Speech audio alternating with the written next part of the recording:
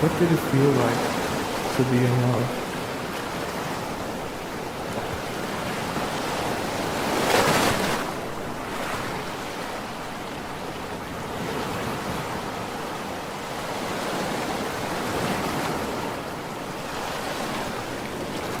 What is the most painful part of being in love?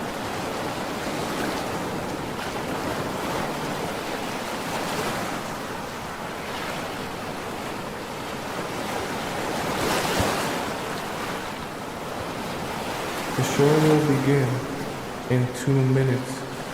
Are you ready?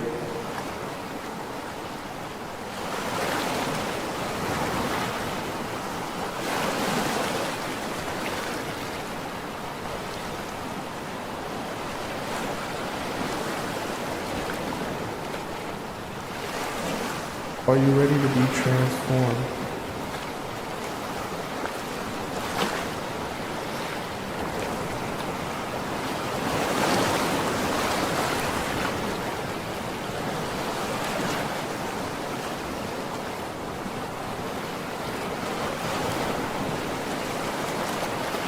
Are you ready to make a change?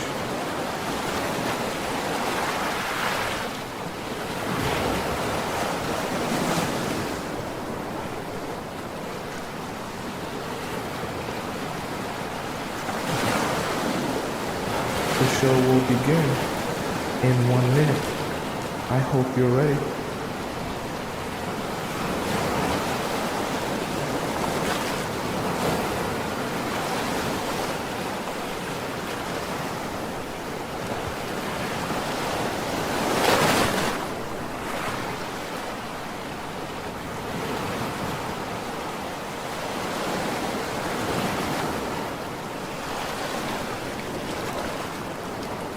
The show will begin in exactly 30 seconds. Get ready.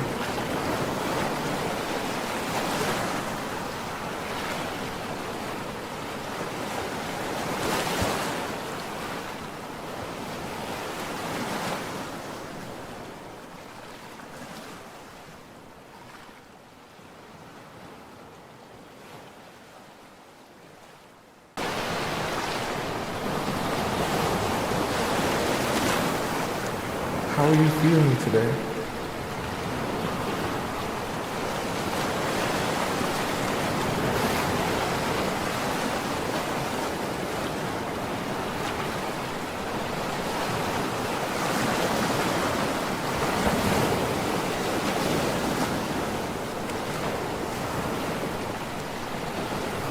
Do you feel fulfilled in life?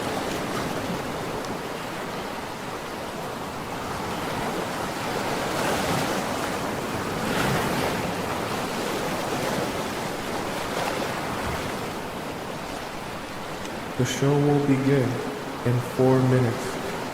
Are you ready?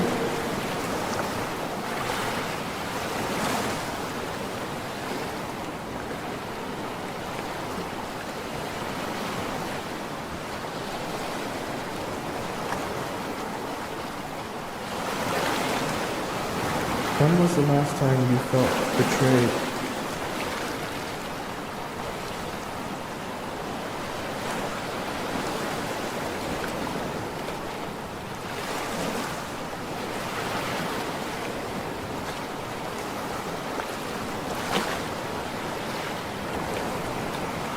When was the last time you felt loved?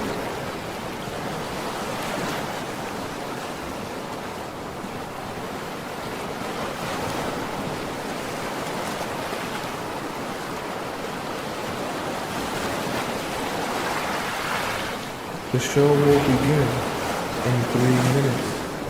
Are you ready?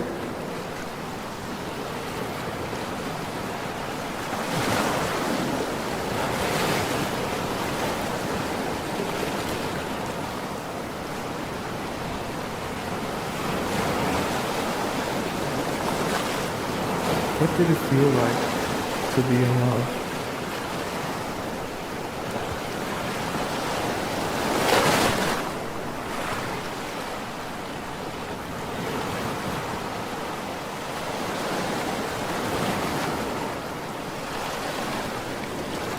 What is the most painful part of being in love?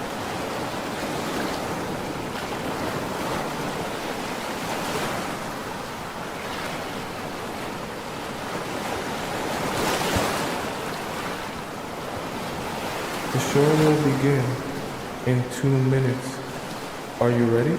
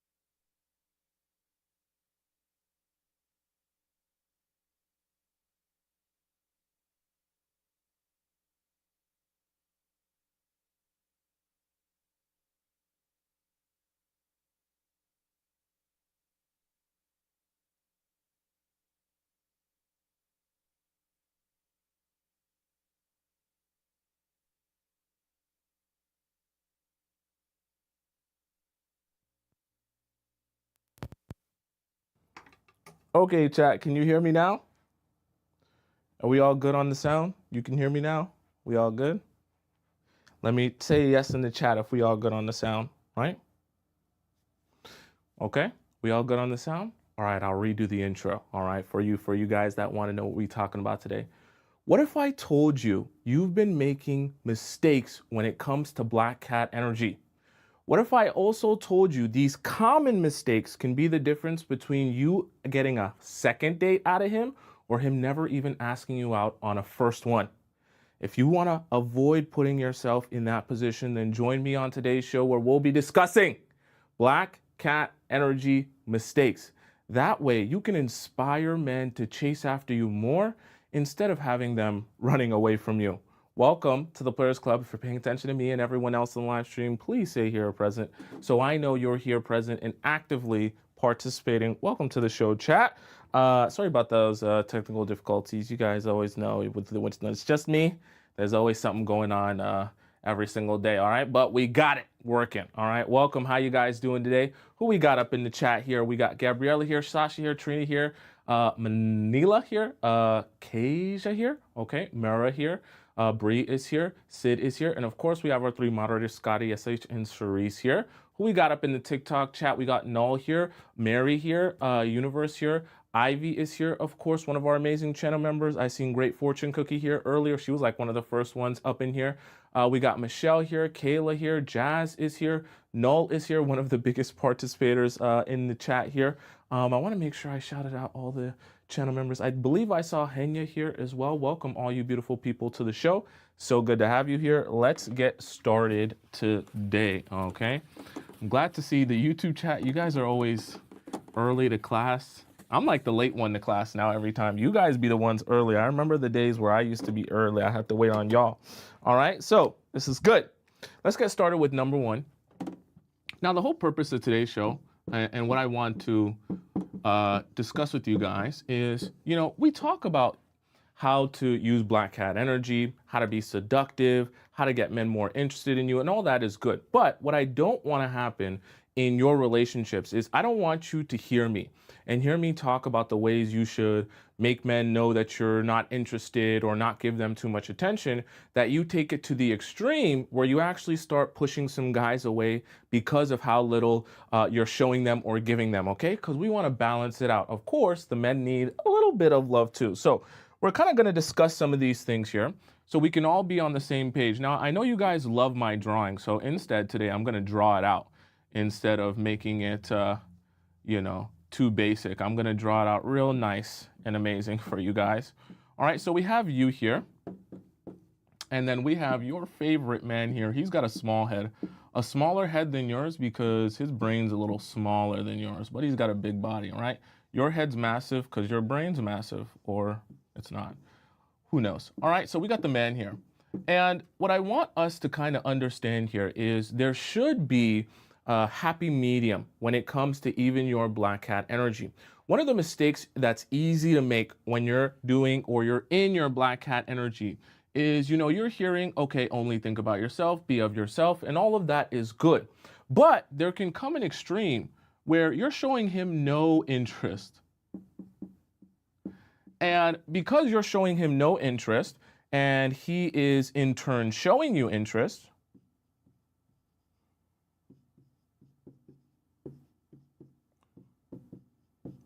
what can happen here after a while of him showing you so much interest and you showing him absolutely zero interest is he can begin to become frustrated with this loop here, right? Of him getting nothing in return and him showing you a whole lot of interest. Now, you guys know me, so I'm never going to advise you to show men tons of interest, worship him, tell him how amazing he is, compliment his t-shirt and his hairstyle and all that stupid stuff, okay? We're not doing that and we will never do that.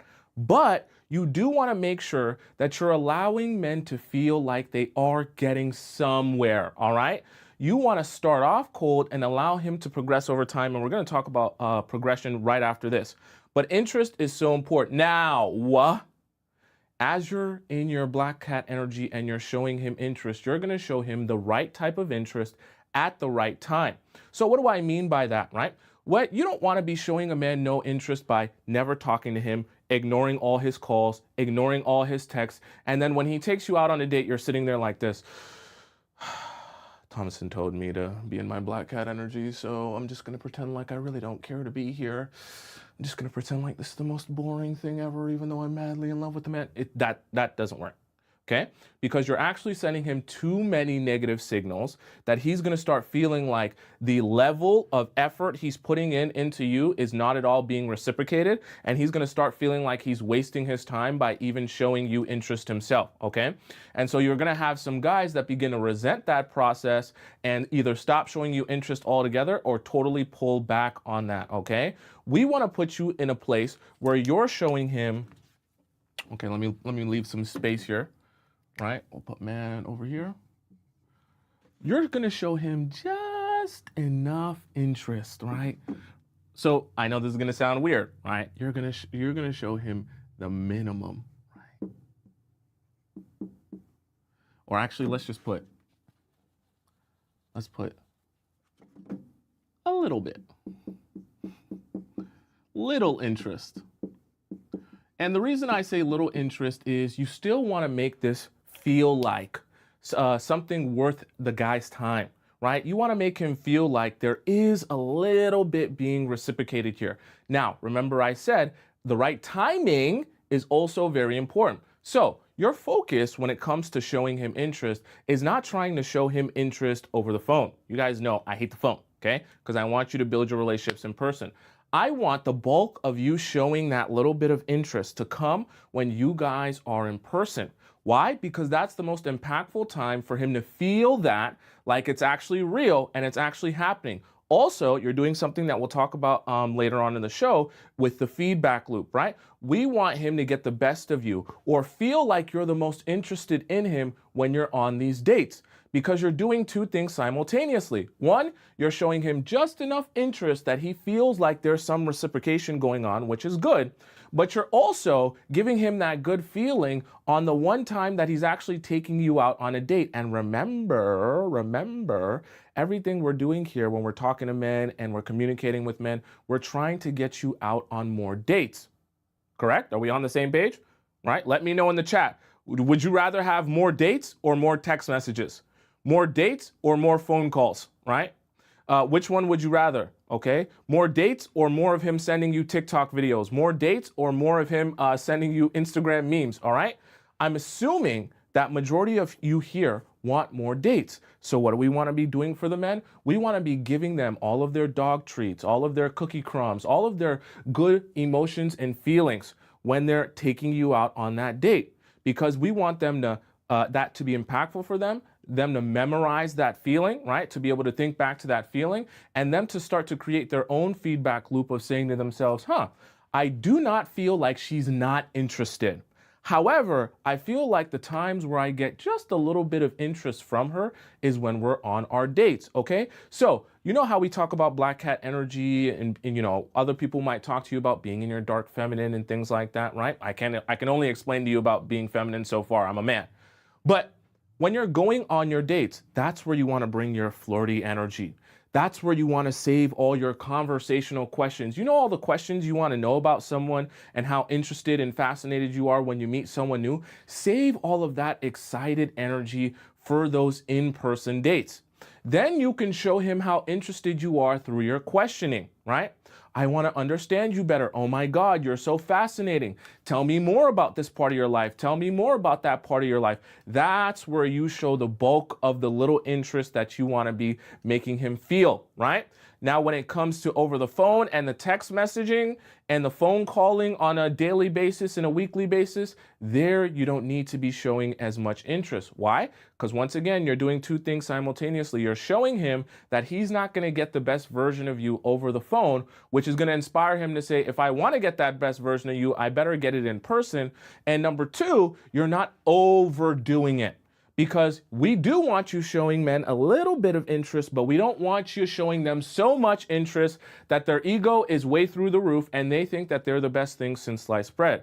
We want there to be a balance here, which is exactly why we're having the show. Because I want to remind you guys, as we talk about black cat energy, as we talk about you guys, you know, presenting yourself in a way where you're more desirable and not giving him too much or overextending yourself, that we don't go too far into one extreme or the other, that you guys make the mistake of having guys that actually like you believe that you don't like them at all, okay? We want them to feel just a little bit to keep them going, because this balancing act is so important for you because remember, everything that you're doing here, the men are supposed to be pursuing you, right? So we want to keep them just hungry enough to continue pursuing. We don't want to starve them to the point where they think that this is a pointless activity, which is exactly why our next and most important point is going to be number 2, our second point here, all right?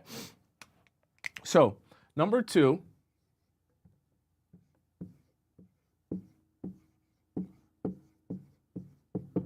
very, very important. This is actually what I will call, we haven't had one of these in a while, but we're going to call this stop pooping time. When I say stop pooping time, that means if you're on the toilet and you're pooping, you snip your poop off. If you're in the bed laying down with your hand in your pants, take your hand out of your pants, listen to my voice, look in my eyes, pay attention, because this is very important, okay? Now, we're going to split this board into 2, and I'm going to ask you a very important question, so please make sure you're paying attention, all my beautiful, amazing students here, all right?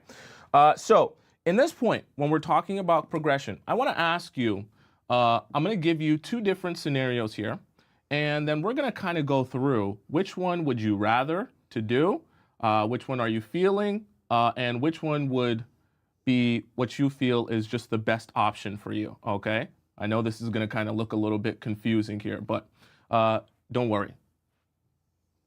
So we're going to start off. You have our first scenario here, which is a maze. And then we're going to have a second scenario here, okay? Okay, here. And I'm going to make this nice and clear for all of you. I believe this is 16. Okay. And we'll have you, well, we'll start you off over here. We'll start you off over here. And then we'll have point B over here. So I drew out 2 scenarios for all of you, and I want us to participate, and I want you to tell me which one would you rather do, okay? Let's say that at the end of both of these areas here, right? Point B, so you have a point B in both of these scenarios, and point B will give you equals 1, or yeah, let's say 1 million. I can't draw it here. I don't have space. Let me draw it down here. B equals $1 million, okay? USD, for those of you on the other side of the world, all right? $1 million USD is sitting at the end of point B in both of these scenarios. Now, I want to ask you a question here. Would you rather go through a maze to get to your point B? However, in that maze, it's very confusing and you're gonna go one way and another way. And yeah, theoretically, if you make all the right turns, it might take you only 5 minutes. I'm asking you, it might only take you 5 minutes. But if you don't make all the right turns, it could take you 50 years to get to your point B. Or would you rather just walk your clear 10-mile stretch or 16 kilometers for those of you who use the metric system, and on the other side, it'll be a straight line and you'll be able to see your destination from when you begin your walk or your journey. You'll literally be able to see that point B and you'll be able to see yourself progressing towards it. Which one would you rather do? Would you rather go through point 1, which is the maze, and you might get there in 5 minutes, but it also might take you 50 years if you don't make all the right moves? Or would you rather do scenario number 2, which is your straight line right to destination, but it is a clear 2 miles, okay? So there really isn't any way to avoid, sorry, not 2 miles, 10 miles. So there really isn't any way to avoid getting past that distance there, right? It's not gonna take you 5 minutes no matter what. Okay, now I want all of you guys to answer in the chat and let me know which one would you rather do and which one would be more enticing to you. Okay, we're getting somewhere very, very important here that I want you to be thinking about, right? Someone said, do we get all the money in number 2 as well? You get all the money in number 2 as well. No, there's no tricks here. It's the same thing. It's just a different way of getting there. All right. So I see a lot of people saying number 2. I see Druna said number 1. Okay. The reason I asked this question, okay, and the reason I want to make an example out of this analogy here is because, see, the thing about progression, it's so important to the psyche to keep you motivated towards a particular goal. And if you don't have the right amount of motivation on an ongoing basis, you will lose your desire to even start that journey or continue doing it. So what do I mean by that in this example? There's a reason majority of you picked number 2 as the option you would take, right? Theoretically, number 1 could get you to your destination of point B in 5 minutes. But if you're going through this entire maze here, right, you might make left turns, right turns, back turns, and after a while, you might be really confused. And at a certain point, you'll just spend so much time in the maze, you won't know how close or far you are from your destination or where you want to go. And at a certain point, even if you were right around the corner, even if you got to the center of the maze and all you had to do was make one more right or one more left or one more back turn and you would get there, you wouldn't actually know you were that close. And because you don't know how close you are, you don't have the motivation to continue going. So by the time you get to the center of the maze and you got one more turn to make, that might be the time where you turn back and you say, I give up. I'm done now. Because you don't know how much you've progressed towards your goal. So the whole reason that I say that is the same thing for the men.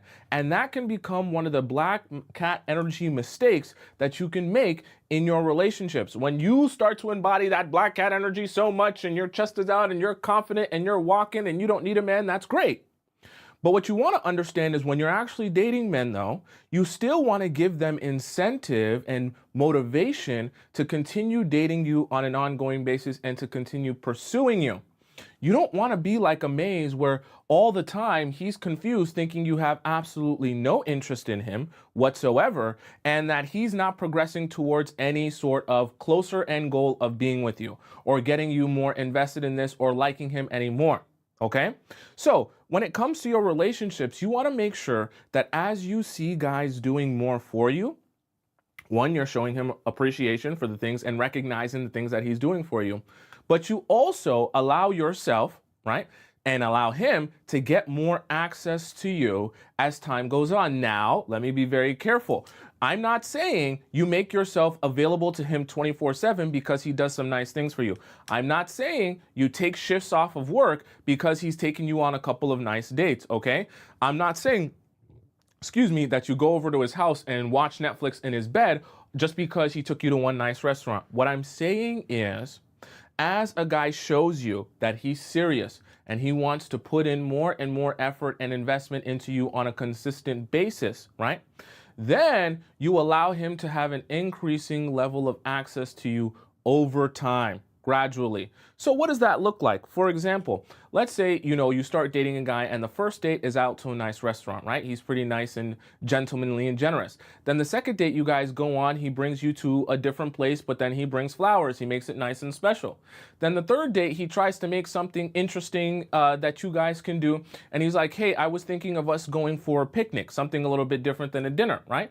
Then you can say, okay, yeah, I'm down for a picnic, something where we're not always going to be dressed up. Or maybe we just, go hiking on a trail. I wouldn't advise you go hiking on a trail with a guy you just met, but you get my point, right? Then you can start doing things that are a little more casual outside, right? Things that don't require you to dress up all the time after a while. And then after a while of you getting to know him for many and many months, now you can start being in places that are a little bit more private together, And as time goes on, you escalate and gradually, ever so slightly, you allow him to have more access to you on a more intimate scale, right? Now, as time is going on, maybe you share a little bit more about yourself, right? And about your life as you start to feel like there's a safe space here to talk about things and you're noticing that he's sharing with you a lot of things about yourself, okay? There's a balancing act here. You want to make guys feel like the relationship is progressing. That way, on an ongoing basis, they stay motivated to continue pursuing you. You don't want guys to feel like there is no progression here. It can't be, oh, on date one, he takes you out and you're like, oh, I expect this and I expect that. And you're a hard and on date number 35, you're still that way, because then he's going to start feeling like, well, I don't feel like, I'm really getting anything in return, right? And I don't mean getting anything in return in terms of sleeping with you. I mean, I don't feel like I'm really progressing here. I don't even feel like you like me. Okay. Now, like I said before, you're not focusing on making him feel like he's progressing by texting him a whole bunch more. Okay. You're not making him feel like he's progressing by calling him 24/7. Right? You're making him feel like he's progressing, that when he does put in effort, right, you allow him to get more access to you. Okay.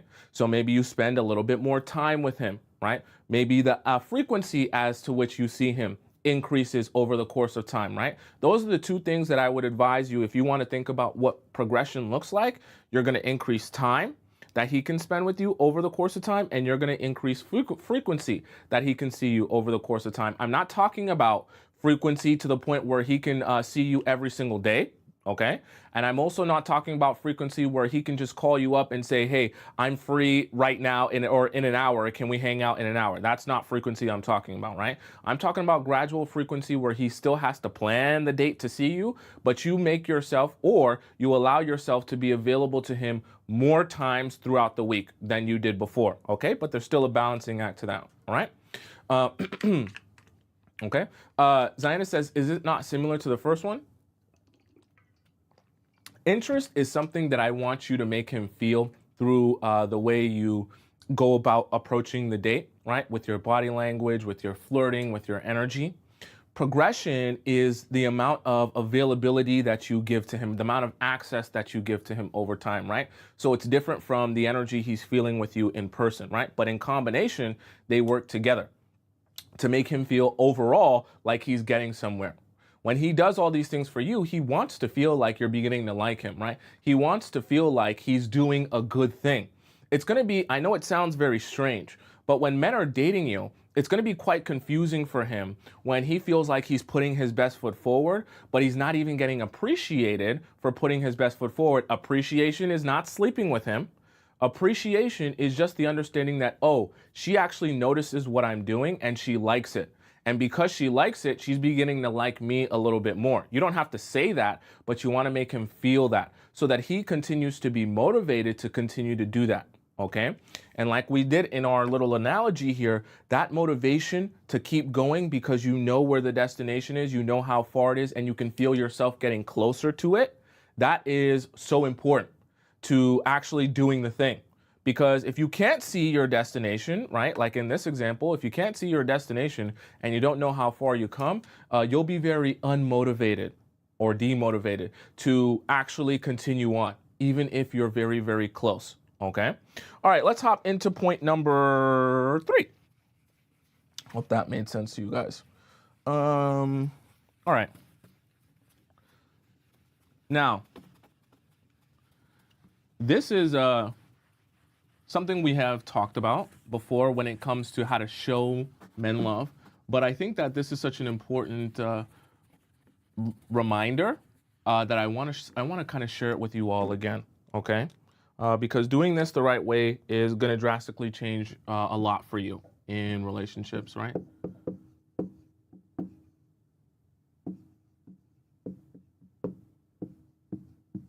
That feedback loop. That feedback loop, though.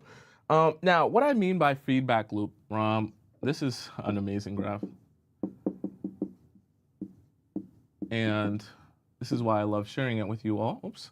Let me draw it so it looks nice. I want it to look presentable. So we come here in our feedback loop. You start off with a relationship, right? He does some good for you. And then after he does some good for you, right? You show him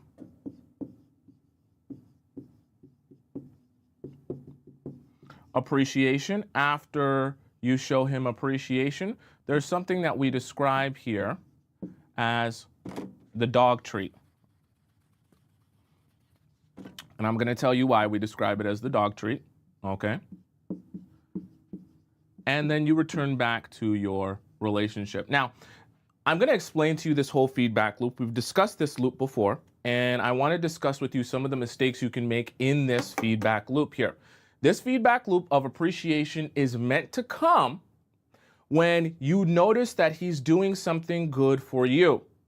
Black cat energy is good, but sometimes it can have you so involved in you doing you so well, and we want you to do you well and be invested in you, that you forget, though, that part of this process to getting men to want to date you, because black cat energy is great, but you want to be a black cat with a golden retriever.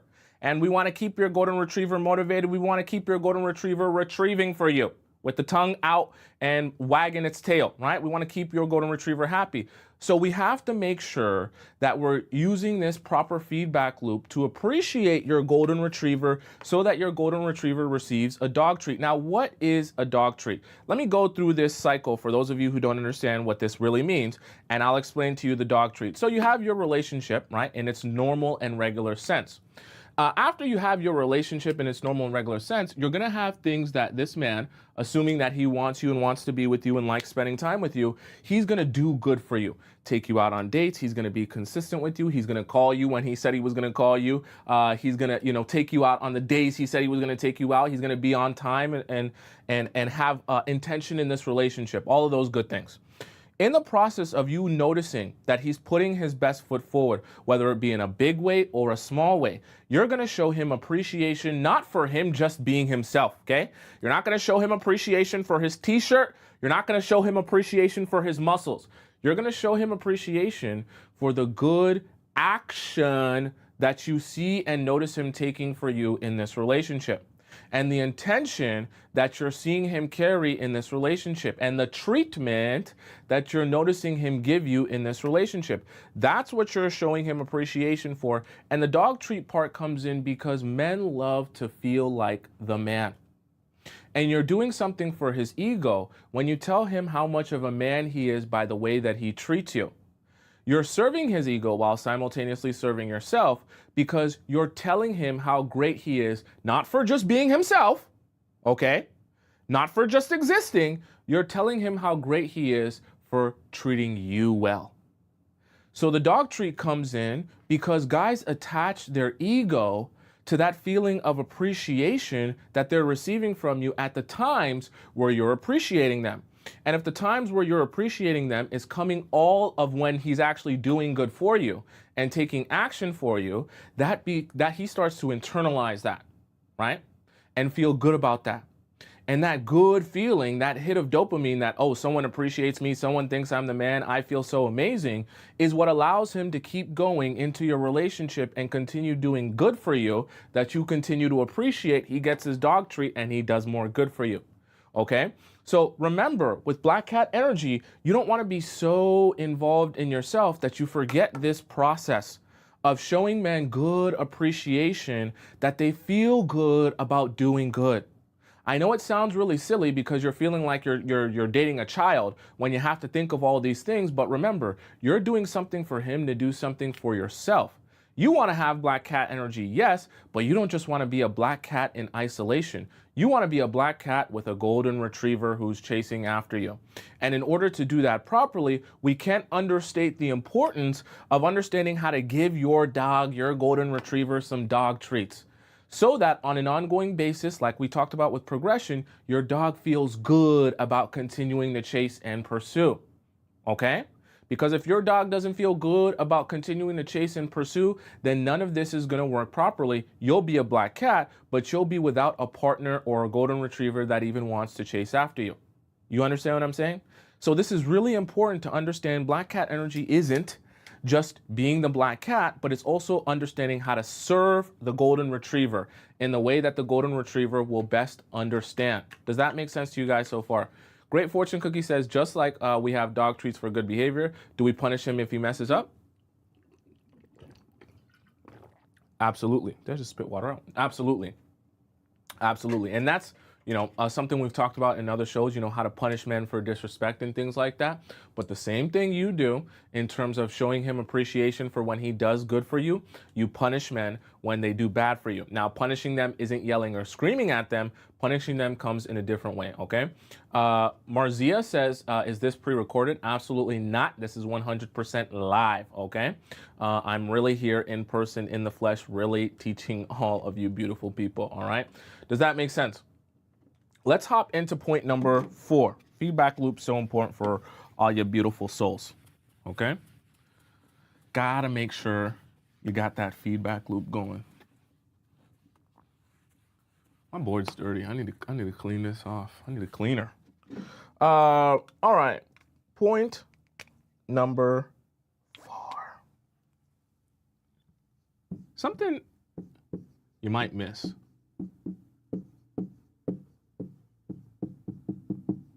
Okay, I always just barely fit it. That makes me really happy. Something you might miss in black cat energy when you're embodying it. See, you have your words here, right?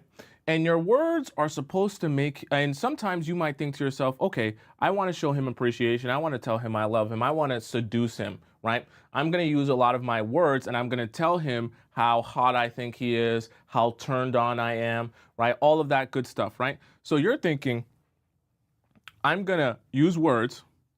I'm going to use words to make him feel good.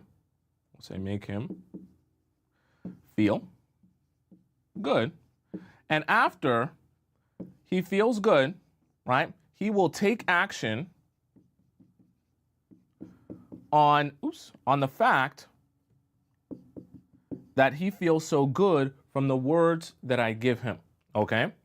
Now, this is something that I don't want you to fall into the trap of doing, okay? Because when you're in black cat energy, we don't want it to be about the words. Okay? And I know we can seduce men with words and turn them on with words. It is definitely possible. But we want to make sure that you're using something so much more powerful than words. We want you to use your body. Okay? Right? And we want your body to make him feel good. We want your body after he feels good to make him take action. Now.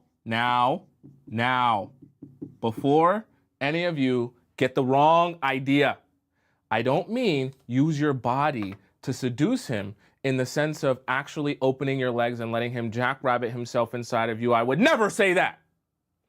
What I mean by using body seduction is when you're out on these dates with him, okay? And you're having conversation with him, we don't want your words to be the thing that's giving him a lot of reassurance, right? Because sometimes when you make this mistake, right, we don't want words giving reassurance. We want body giving, let me draw this right. We want body giving reassurance. Because when the body is giving reassurance, it's a not so direct signal that she likes me, she wants me, and she wants to be here. When guys can feel like you want to be here, when guys can feel like you want them, this is another indicator for them that they should continue pursuing you, okay? Right? And remember, in everything you're doing, even in your black cat energy, we want men continuing to pursue you. But we don't want it to be on the nose, because that's not really doing what for the men what you think it's doing, okay? And we also want you to keep your subtleness, that it still gives the men space to pursue you, okay? Someone said, so give him a hug. No. What I mean by allowing your body to give him reassurance, when you're flirting with a guy, right?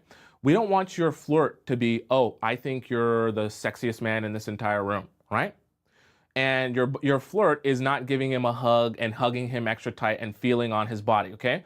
The body reassurance that I'm referring to is when you're having conversation with him, you make him feel like you're actually interested in him, right? You make him feel like you actually desire him. And this is kind of a reference into our previous show that we did earlier about body language, where you're going to use eye contact, right? Your soft gaze. You're going to use your listening skills, and you're going to use your body language while listening to him to make him feel like you actually care about what he's saying, right? Because it's not just enough to ask questions. When you ask questions, you have to look like you're being an active listener. And understanding how your body and face looks while you listen is so important to looking like an active listener. Because I can ask you a question. I'll just give you a quick example. If I ask you a question and I go, oh yeah, so where were you born?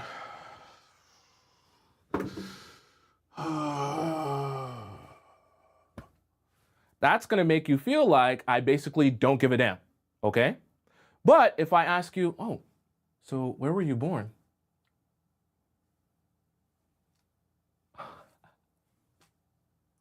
That's going to give you a whole different feeling, all right? And my point being is you can communicate a lot of seductive energy. You can communicate, I'm here with you, I desire you, I want you, through your body language, okay? And in fact, it's so much more impactful when you can do that through your body language than even your words. Words are good, but body language is even better because it creates a feeling. And people don't forget that feeling that they received from you when they were with you and around you, okay? Especially as a woman, this is the best way to have that seductive black cat energy that we talk about in a way that's really, really magnetic for men, okay? So one of the mistakes can be using too many words and not using enough body language to communicate what you want to communicate with those men, okay? Because we want you to communicate seduction. We want you to communicate that you desire him, okay, at least a little bit, because we want you to show him some interest, but we want it to come in a way that's impactful, in a way that's memorable, in a way that he can feel, because guys don't forget that feeling. And when they refer back to whether or not they want to date you, whether or not they want to go on a second date with you or a third date or a fourth date, they're always referring back to that feeling that they had when they were with you and around you, okay? Very difficult to remember every single word that someone said. Very easy to remember how you felt around someone when you were with them. Does that make sense to all of you so far, okay? Zion said it would make me scared. If someone's paying attention to you very intensely, would it make you scared, chat? Okay, right? That is so important, and it's in everything that we do. I always talk about body language, creating feeling, eliciting emotion, right? You're trying to implant seeds inside his mind. And the less direct you are, or on the nose, as we say, with the seeds that you implant in someone's mind, the better. Because then they convince themselves, let's not tell anyone, but they convince themselves that it's something about you. Oh my God, it's something about the way you look at me. It's something about the way that you dress. It's something about the way that you walk, okay? I'm not saying that, it isn't magical and, spiritual, but you can actually curate that to give someone that feeling, okay? So when you get good at that, everyone will be saying the same thing about you, and you just say, oh, interesting. I never knew that. I'm like magic. Oh my God. I'm like a fairy princess, like a goddess. I don't know where you would get that from. Definitely not from me learning about all of those things in the Players Club. I just don't know. Maybe I just woke up like this. I don't know, right? That's always a good one. Let guys feel like you really woke up that amazing and that awesome. We might have to have a whole show on that because it's something I do think about a lot. All right, let's go on to our point number 5. Okay, one of the most dangerous ones actually when it comes to black cat energy And I don't want any of you to embody this. Really and honestly. Suppression is not good, because in the process of black cat energy, you can, when you hear me talk about it, when you hear other content creators talk about it, relationship gurus talk about it, okay, I just a human being teaching on a board, random person, me, I'm an AI. When you hear other people talk about it, you can start to feel like, oh, well, black cat energy is not caring. Black cat energy is not being bothered. Black cat energy is being super unbothered. The kids want me, the kids want me to be unbothered. I should be unbothered, right? And when you start to convince yourself that being unbothered is everything your essence should be, you start to feel like the way for you to be unbothered is by not feeling anything, not having any emotion, never crying, never responding, never giving anyone anything, never letting them see you have any sort of emotion. But that's not actually what I want for you, okay? So we're gonna draw out a little bit of a, I guess we could call it a little bit of a visual for you guys to see what I actually want you to do instead and why I want you to do that thing instead, okay? So you guys know my drawing is very bad, so don't expect anything that looks like Vincent van Gogh here, but I want to hope I can illustrate a point to you. So let's imagine here, you've got a mountain, and this mountain is flowing a stream of water, okay? So we'll just, because my drawing is so bad, we're going to label all of this, right? So you got a stream of water, and this stream of water is flowing down onto your house, right? And this is creating problems in your house, because as this stream flows down into your house from this mountain, this is a mountain, by the way, right? I want to, maybe I should label it so you guys aren't confused, right? So as this stream is flowing down from this mountain onto your house, it's going right into the foundation of the house, and it's kind of making things very mushy on the bottom. And slowly but surely, as this stream is flowing down to the foundation of your house, it's breaking it apart and making your house a little bit unlivable. Someone said, Great Forge Cookie said it looks like a piece of Toblerone. You guys dissing? You got jokes? Okay. Now, imagine this here, where you're thinking to yourself, oh, I really, really need to take care of this stream here. I can't have this stream of water flowing down into my house anymore and messing with the foundation. So I'm going to create this big, large barrier that's going to stop all of this stream from flowing down onto my house, right? Okay. I'm going to create like a mini dam. I'm going to create like a mini dam.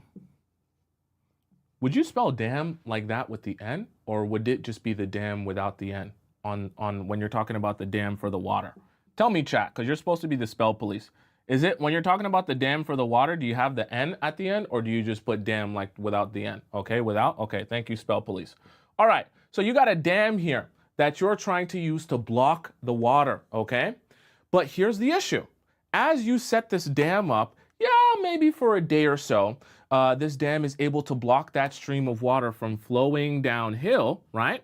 But after a period of time, that water starts to overflow that dam because gravity is pushing more and more of that water down until finally, not only is it going down, to the foundation of your house in one place, now it's flowing all over the surrounding parts of your house. And now all of a sudden, you've got a muddy outside, a muddy inside, and everywhere is just mush because all of this water is flowing all around the parts of your house because you chose to just block it off and hope the water would completely stop, okay? Now, instead, right, let's say you came along and instead of doing all of that dam blocking to block off the entire water flow, what if instead you had dug yourself out a second hole that flowed downstream, but instead of this flow going towards, right? So we'll erase this dam here, okay? and we'll erase this blockage over here. Instead of you building a dam that blocked off the entire stream, what if you took this reservoir and stream of water and you dug a little bit of a tunnel that had this all going down to a lake? I know my drawing's not the best here, chat, but bear with me. And you had all of this going down to a lake where instead here, you can have, that looks like a donut. Whatever, chat, you get my point. And all of this stuff went down to a lake where there was fresh water, because this is a freshwater stream, and you and the entire village was able to drink from this lake and use it as a community lake to wash up at. Maybe you live in the country, to drink from spring water, and you had fresh, nice, amazing, cold spring water at this lake simply by diverting this downhill stream from going to your house to going to this lake where everyone can use it, everyone's happy, everyone's feeling good. And also your house is no longer flooded and the foundation is no longer cracking because of all of that excess water. So, obviously, right? You're probably asking, probably wondering, Tomisin, what does any of this have to do with my relationships? Please explain it to me. We don't want you in your relationships, and even when you're trying to embody your black cat energy, we don't want you in a position where you're suppressing your emotions. Your emotions always have to flow. You're allowed to feel things even in your black cat energy. But what we want you to do, instead of not feeling things when you're bothered or upset, we want you to divert your energy and redirect it into other places. So as you have that emotion, we want to create for you channels to express that emotion in ways that don't blow up your relationship or the situation that you're in with this guy currently. So for example, right, when you're upset, instead of recognizing, hey, when he triggers me or upsets me, I want to blow up on him, I want to tell him off, I want to tell him all the ways that he's done me wrong, why don't we create avenues for you to express yourself that you can get your anger out in ways that don't have you losing your mind on him? Because if you lose your mind on him, you ain't staying in that black cat energy. But we're not saying you shouldn't feel things. So that would be an example of that would be things like journaling. It would be like we talked about having a yap friend, right? Having someone that you can go to, right? Getting the words out onto a page if you just need to write them out or type them out. Going to the gym. If you like to squat heavy weights to get that anger out. I hate that guy. Oh, why would he DM that girl? Who is he flirting with today? Right? And you get all of that energy out that way. However you want to do that, you do that. And you figure out through trial and error and implementing different things into your life, what works best for you in order to be able to, as soon as you feel that emotion, right? As soon as you feel that strong anger, upsetness, sadness, you know exactly where to channel your energy into so that you can get it out. Because it's not about not feeling it, it's about feeling it, but understanding how to channel it to a place that actually benefits you, okay? Or that you can utilize or you can work with. Not having yourself say, oh, I'm just not gonna feel anything because I'm in my black cat energy. And then by the time he upsets you or bothers you, you're still saying, I'm a black cat, but I feel like I'm going crazy. And then you blow up on him because that's not how emotions work. Because they're going to overflow if you try to build that dam and all of that water just keeps coming and coming and coming. And that sounds really dirty, but you get my point. And it's going to overflow and things are going to be very bad. We don't want that for you. We want you to feel. We want you to be sad if you're sad. We want you to be happy if you're happy, but we don't want you suppressing your emotions so that you don't feel that, right? Okay, right? Of course, you can also go to therapy. But one of the reasons I don't mention therapy a lot is because, yeah, theoretically, therapy could solve your problems if you want to talk about things. But can all of us afford therapy? No. So I like to give you guys actionable items that you can do right now, even if you don't have money to go to therapy, okay? That's why I never usually mention therapy, because I've seen someone talk about that before. Now, do you guys have any questions about the 5 that we just discussed here today? Okay, I want to make sure I get through all of your questions. By the way, if you missed any of the questions, or sorry, not questions, the points that I did here today, don't worry, they're all available for you to rewatch on my YouTube channel, because I see someone, just said, can you explain the link again? All of the points that we talked about are available on my YouTube channel. It's just above my head on the top right corner of the screen. You guys see my Instagram, my YouTube name here. It's just Tomisin Atobatele. Just type in my first name, Tomisin. When you go into the YouTube account, you can go into the live, because I'm live there at the same time as I'm live on TikTok, and you'll be able to just rewind the entire live, and you'll be able to watch the entire point from where I talked about it, okay? So for those of you who want to rewatch it, it's there for you guys on YouTube. So I hope all of those points make sense. Anastasia says, where did it go? Should we suppress during no contact or express how we really feel? Well, it's no contact, right? So if it's no contact, then you wait until a man comes to you and says, hey, I'm going to break no contact because I want to have a conversation with you. I want to talk to you. I want us to, make this work, make this better.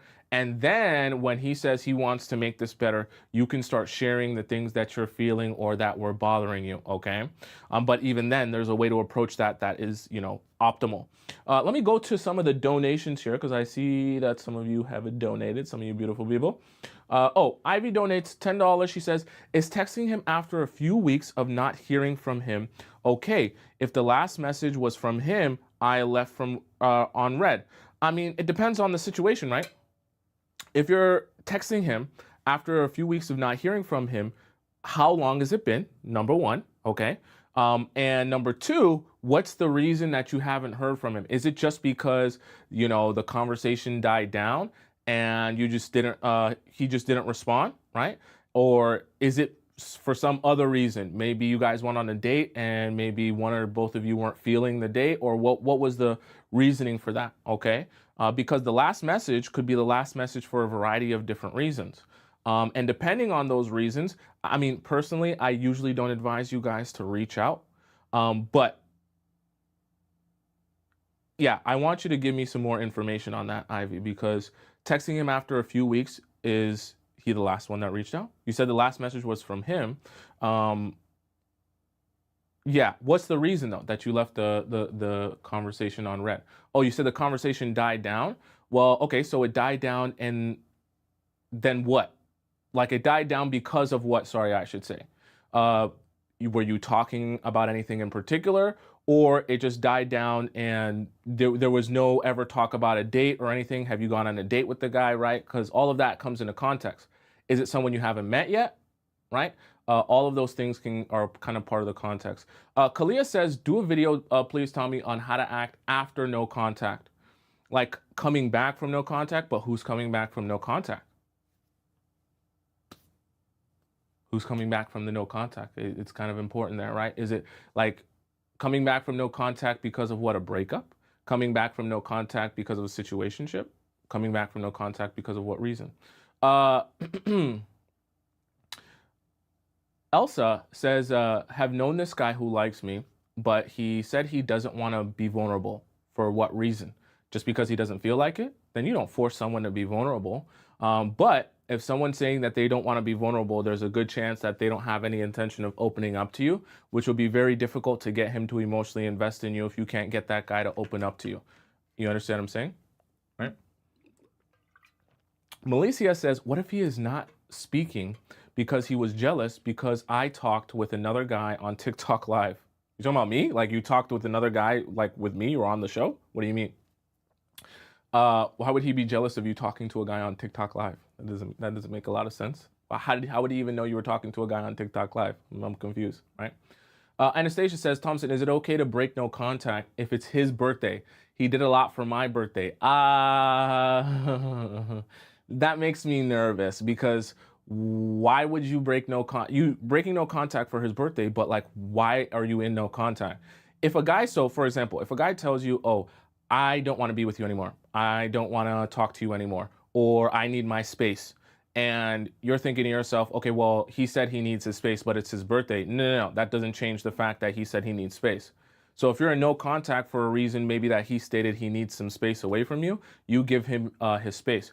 We've had a show actually before about making sure that when a guy tells you, who's an avoidant, or just any guy tells you that he needs space from him, you give him more than enough space that he never has to complain that you're smothering him. Because the worst thing you can do for an avoidant or any guy that tells you they need space from you is to smother them and tell them, make them feel like, when they ask you for space, we're trying to reach out more, okay? Because then they'll start to resent you for not giving them the emotional space that they desired or needed, okay? Very important that you don't do that.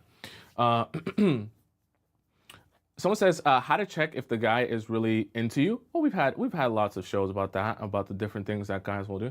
You guys want me to have like a re-updated show on what things guys will do when they're really into you or they're falling in love with you and things like that, right? I could definitely maybe redo another show on that. I know you guys just love hearing about love and relationships, okay? Goose says, more things to do besides going to the gym or journaling or trying to find someone to yap with, please. Well, okay. So the reason I give those examples, because those are basic examples that, a lot of you guys can easily access.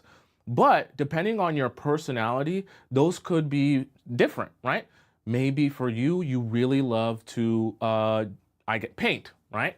You could say painting is one of your things, right? You could be someone who likes to use your hands. I know some women, they like craftsmanship. They like working with wood and things like that. So that could be one of your outlets. Maybe some of you like cars, right?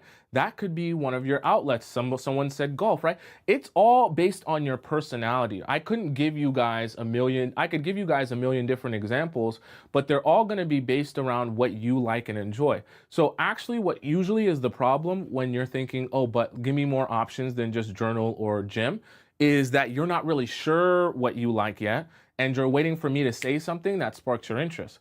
But if you're not sure what you're like yet or you're interested in, you have to just start trying things in order to realize what actually sparks your interest, okay? Because I'm never going to be able to just say something. If you haven't tried things enough to know what you like and dislike, I'm never just going to be able to say something and you're going to be able to say, yeah, that's my thing, because it doesn't work like that. The way you know that it's your thing is by trying it. So if you're not sure of what your outlet will be to be able to channel your energy into, you just have to go out and start trying things. And that's my only advice for you. Because once you start trying things, you'll start realizing what you don't like, okay? Which is good. That's always a path towards success, right? Realizing what you don't like first is still progression towards realizing what you do like, because you can cross those things out. And then as time goes on, you'll start to like more things and be more interested in a particular area. And then you'll really start to hone in on what is your specific thing, that you enjoy and are able to channel your energy into. I know I talk a lot about hobbies and passions and, your lifestyle on this show. But that's because it's such an important part of having good relationships. Because I can advise you guys, oops, sorry, I hit the mic. I can advise you guys on different ways to get a guy. And then I'm not talking to you guys about how to take care of these things in your own life, because you won't even be able to show up in a relationship with a guy in the right mindset if you have nothing else going for you, no hobbies, no passions, and your life is all out of whack. Then when you show up and try to show up in your feminine, it's not going to work right. And everything's going to be off, and he's going to feel that as well. And everything's going to kind of fall apart from there, right? Christy says, so it means if he upset me, I do not say anything about him.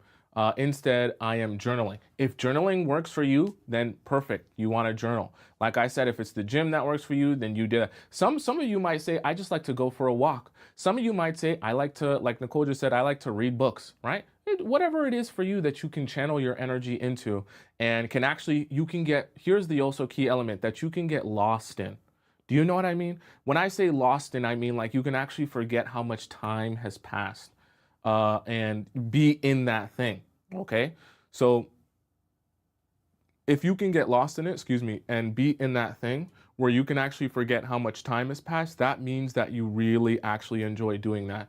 And that means it's a good place to redirect your energy, because by the time you start, you just lose track of what you were even upset about. And it feels very therapeutic, because when you come out of it, you're like, oh, I feel like I got something out doing that thing. Right? So for all of us, it's going to be a slightly different thing here. All right. Ivy, did I answer your question here? Because I know that there was a follow-up that I didn't really get, specific on. But thank you for the $10 donation. All right. Nicole says, I'm in the process of writing a Christian devotional book. Hey, That's going to require a lot of your time and attention. So anytime you have, I know it sounds a little bit toxic, but anytime if you can find something to work on all the time, it doesn't have to be, writing a Christian devotional book, right? But if you can find something to constantly work on, anytime a guy upsets you, you can just go and start working on that thing. Okay, so then it kind of becomes like you get two positives regardless of what the outcome is. If the guy is really good to you and treats you really well, then you get a lot of good from that. If the guy doesn't treat you well and he upsets you or makes you sad, then you get a lot of good from it by continuing to up yourself and progress yourself and have a lot of self-growth.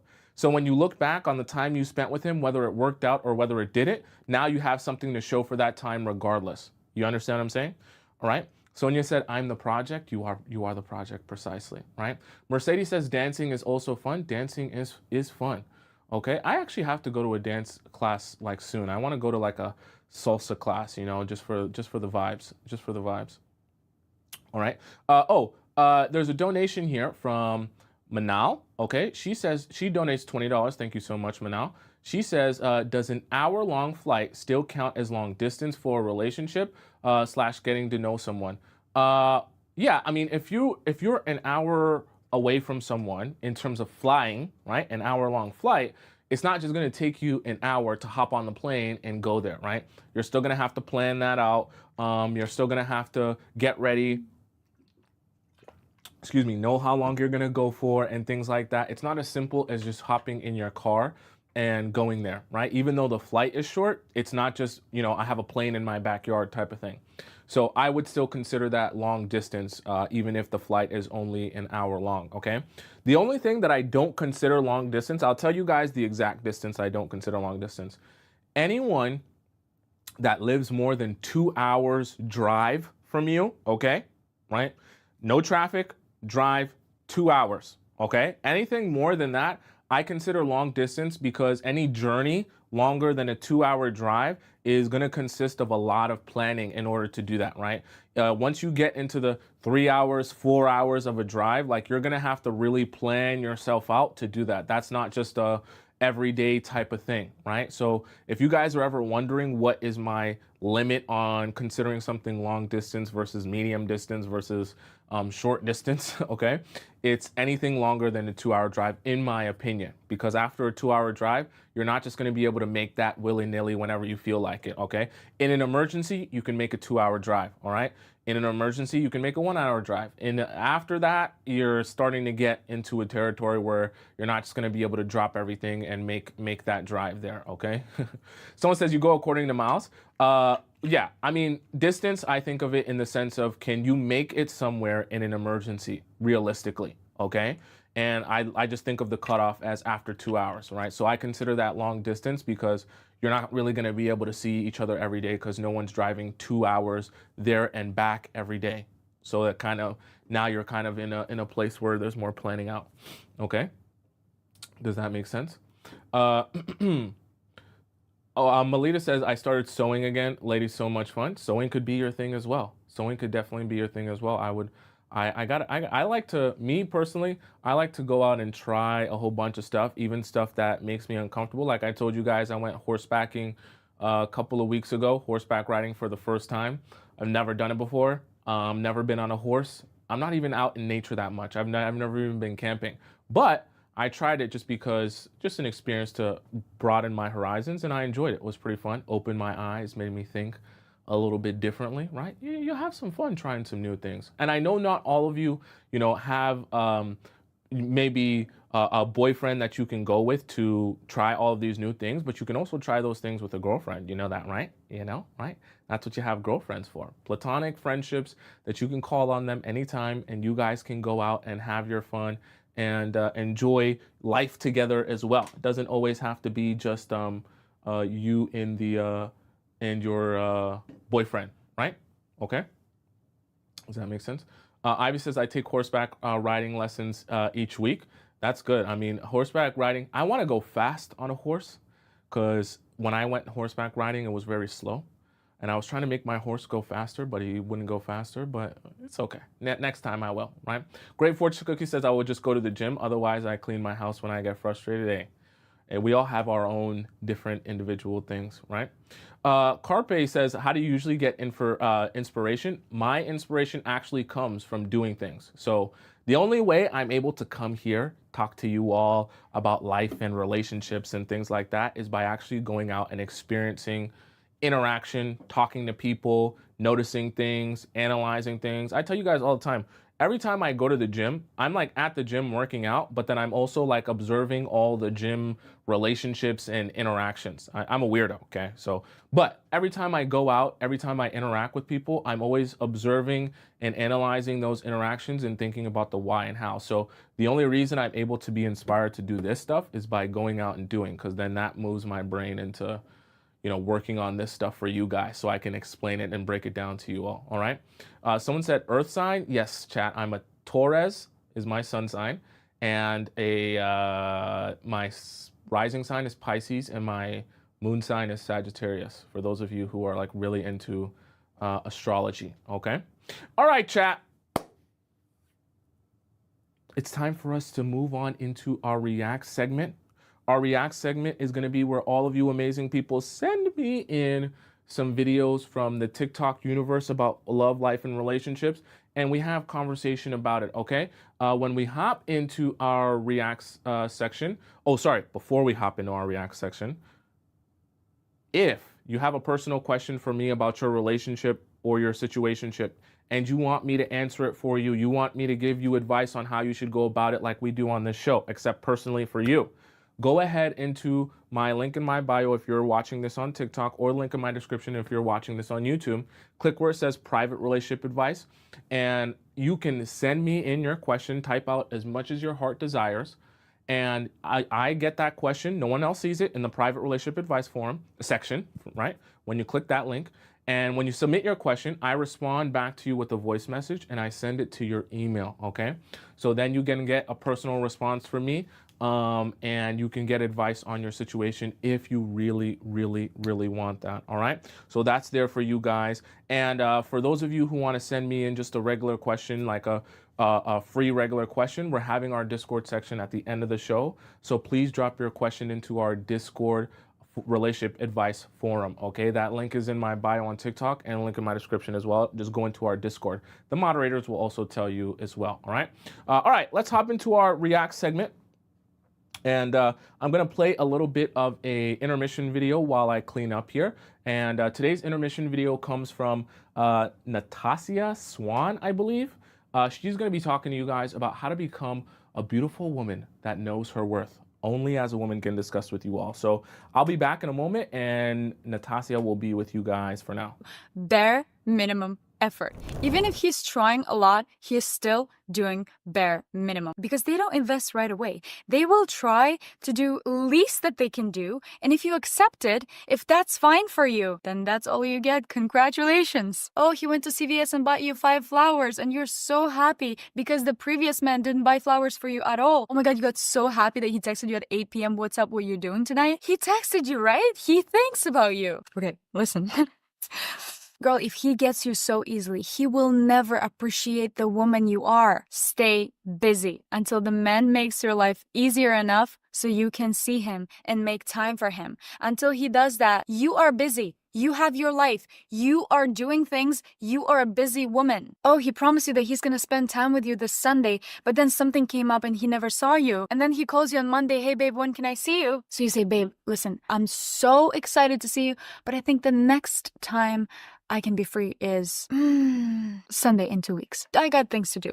I have to do stuff. I have nail appointments. I have hair appointments. I'm so freaking busy. I have to see my girls. I have to do some returns to make some money. But you're busy. Girl, egg does not swim to sperm. Never chase a man. He has to earn the place next to you. Do you understand that or not? A few days ago, I had a situation where a guy texted me like, tell me what you want to do. I'm down to do whatever. So this is what I said. Look, I totally understand, but it's hard for me to plan a date because of your cultural and personal preferences. But if you don't have energy to plan a proper date, I would like to see you next time because I wouldn't like to do whatever. The same minute this man calls me, apologizes, and books the nicest restaurant in New York City, picks me up at night, done deal. because he realized that I'm not the type of woman that will accept that. With me, if you want to see me, you do the effort, because I do the effort for myself every single day. I do the effort for myself to take care of myself, to feed myself, to live in the nice conditions. I do effort for myself every single day. That's why I require the effort from everybody around me. You know what made me confident? Not my appearance, not my beauty, not my physical glow up. You know what truly made me confident? Is keeping promises to myself that I promised to myself. Taking care of myself like I would take care of my partner made me confident. Loving myself made me confident. So the key to a healthy relationship is to fall in love with yourself first and learn how to take care of yourself first. So then you teach other people how to take care of you. Okay, baby girl, rule number 2, that version of you from your past relationships is dead. She does not exist anymore. There is no point to compare yourself to your past self and to experiences that you've had, to the problems that you've had, and bringing that from your past to your present. Why are you doing that? You've met a cool guy, you're enjoying each other. Why are you bringing your past experiences and your past fears into your present? Are you dumb? Before you were a girl, now you are a woman. You're a completely different person. Yes, the body remembers everything for life, but you are not a unicellular organism. You are Okay, thank you so much, Natasha. By the way, for those of you guys who are wondering here, her name on YouTube is Natasha Swan, spelt Nastya, and then Swan, like, you know, like the animal swan, SWAN. Okay, because I know some of you guys were wondering. She's got a great channel. She's got a great channel. Let me go into our next segment here. Our next segment is our React segment, and we're gonna start off. Where do we leave off? I think did we leave off with that crazy story? No, that wasn't the last one we did. We left off with, I believe it was this. I just gotta say this and I'll get off the phone with y'all. Have y'all noticed, maybe it's me specifically, but I've been noticing a lot of men, like when dating, I've been seeing a lot of negging. I'm not sure if y'all know what negging means, but it's like when they're like being specifically mean to you, or like, I don't know, like it's like bullying. Like it's like bullying, but it's not bullying. It's like what you think middle school kids used to do to the girl that they liked. You know what I mean? Like their middle school crush. I had a guy do that to me. He was like, he asked me where we wanted to go to dinner, and I was like, I don't really care. Like you could just figure it out. He told me, and he was like, I guess I'm always gonna have to make the decisions. You don't have seem like you don't have a good brain or something like that. He said something about me being fucking dumb, pretty much, bitch. That's what I got from that. And I was like, what do you mean by that? Because I've learned that if you tell someone, like if you ask someone, what do you mean by that? It makes them like have to explain their weird ass comment. So he was like, oh, I didn't mean nothing by that. And I blocked him. So since then we haven't spoken. But yeah, I don't play that shit. I don't know if it's like I have a certain level of confidence or if I am strict. Let me know, y'all. Let me know if I'm strict. But I don't play like that. I don't play like that. I also think I had a guy. I also think there's a level of manipulation in that. I'll let her kind of repeat the part that's, you know, really important.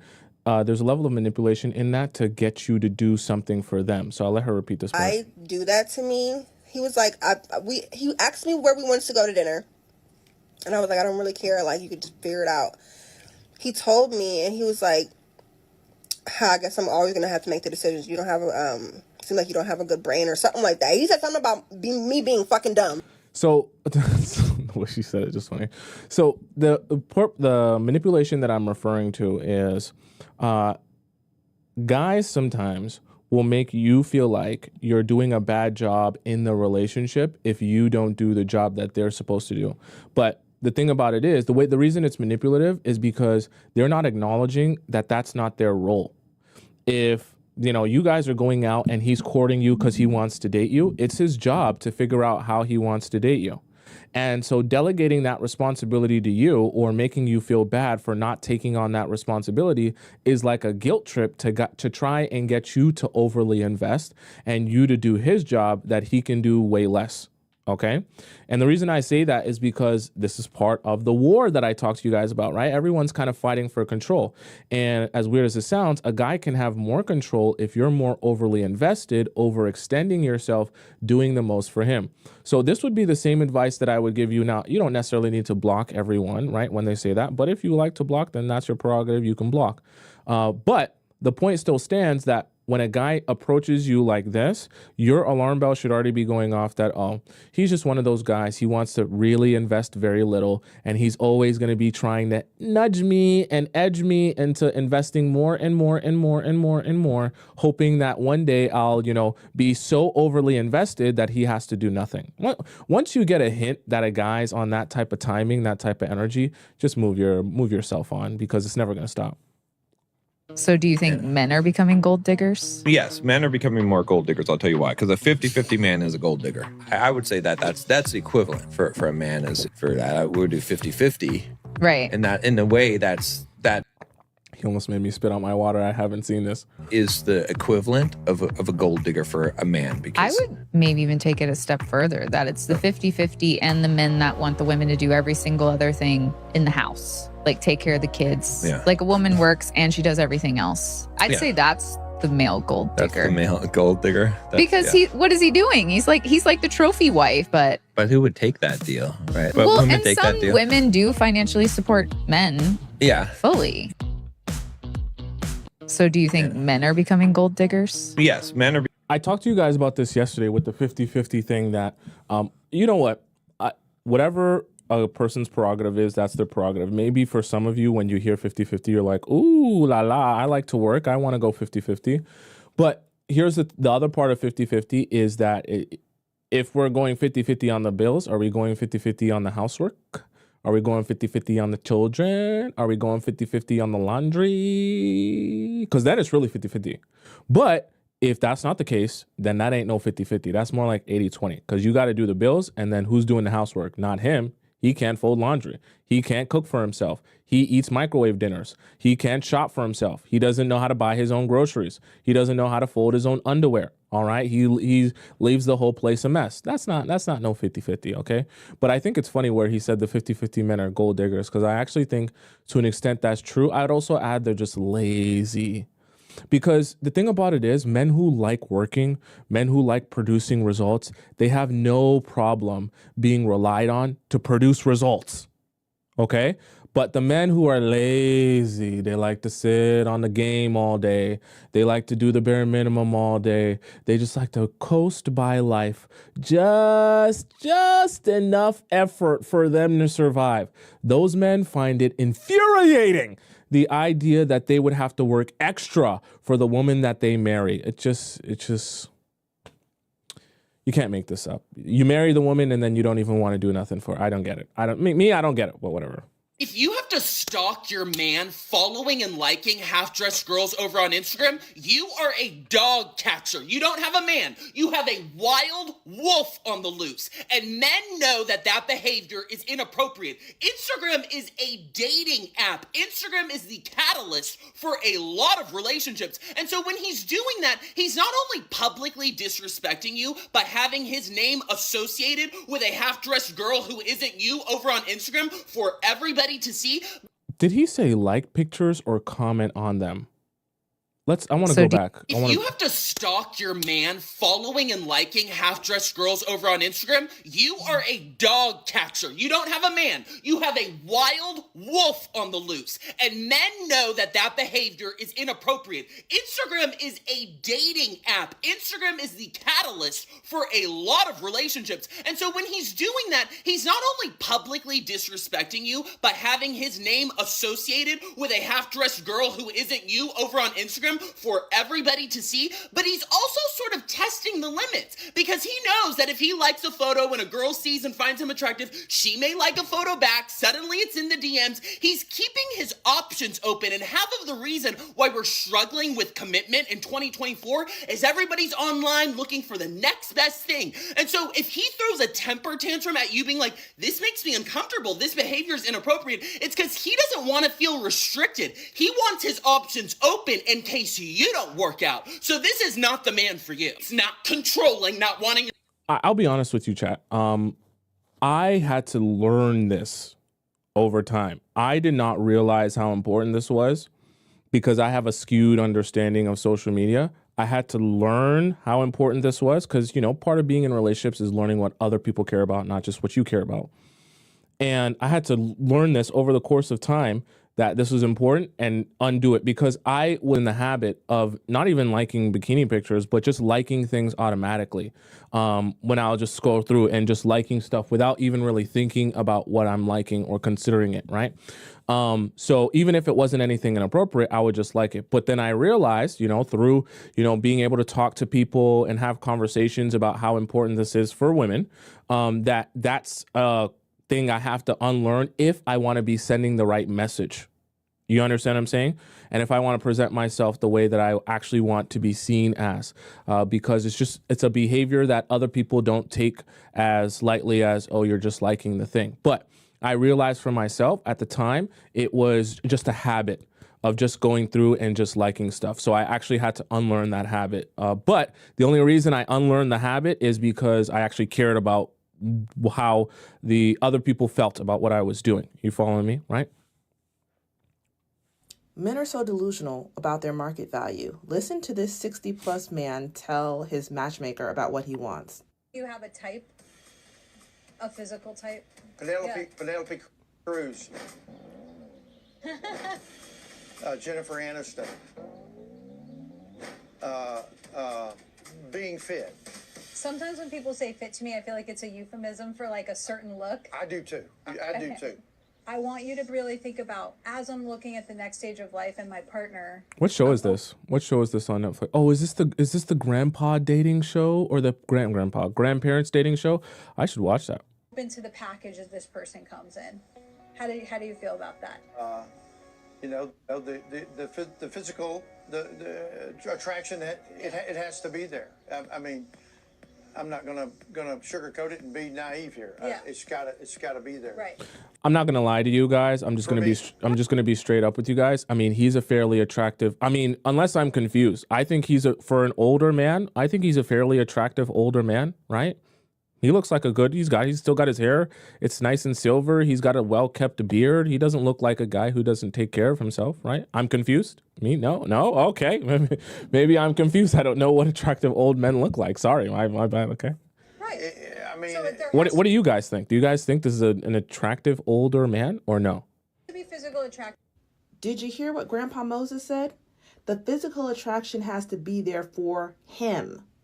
Because these men play crazy, but they're not crazy. He knows Penelope Cruz and Jennifer Aniston do not want his old behind. Kudos to the matchmaker for calling him out on the whole fit thing. Because as we've seen with other men on this show like Nate, it is just a euphemism. I've been saying this for years. When men claim they have a preference, whenever they say fit or active or whatever, what they mean is a certain body type. They don't care if you got it by doing squats or, that booger sugar. All they care about is the look of your body. Because I've heard men talk about women who are actually ultra marathoners. She won't do. I like women who are fit. This woman can run 10, 20 miles at a go. What do you mean? What you mean is she's not a size 2. And you don't care if the size 2 that you're into ever gets off the sofa.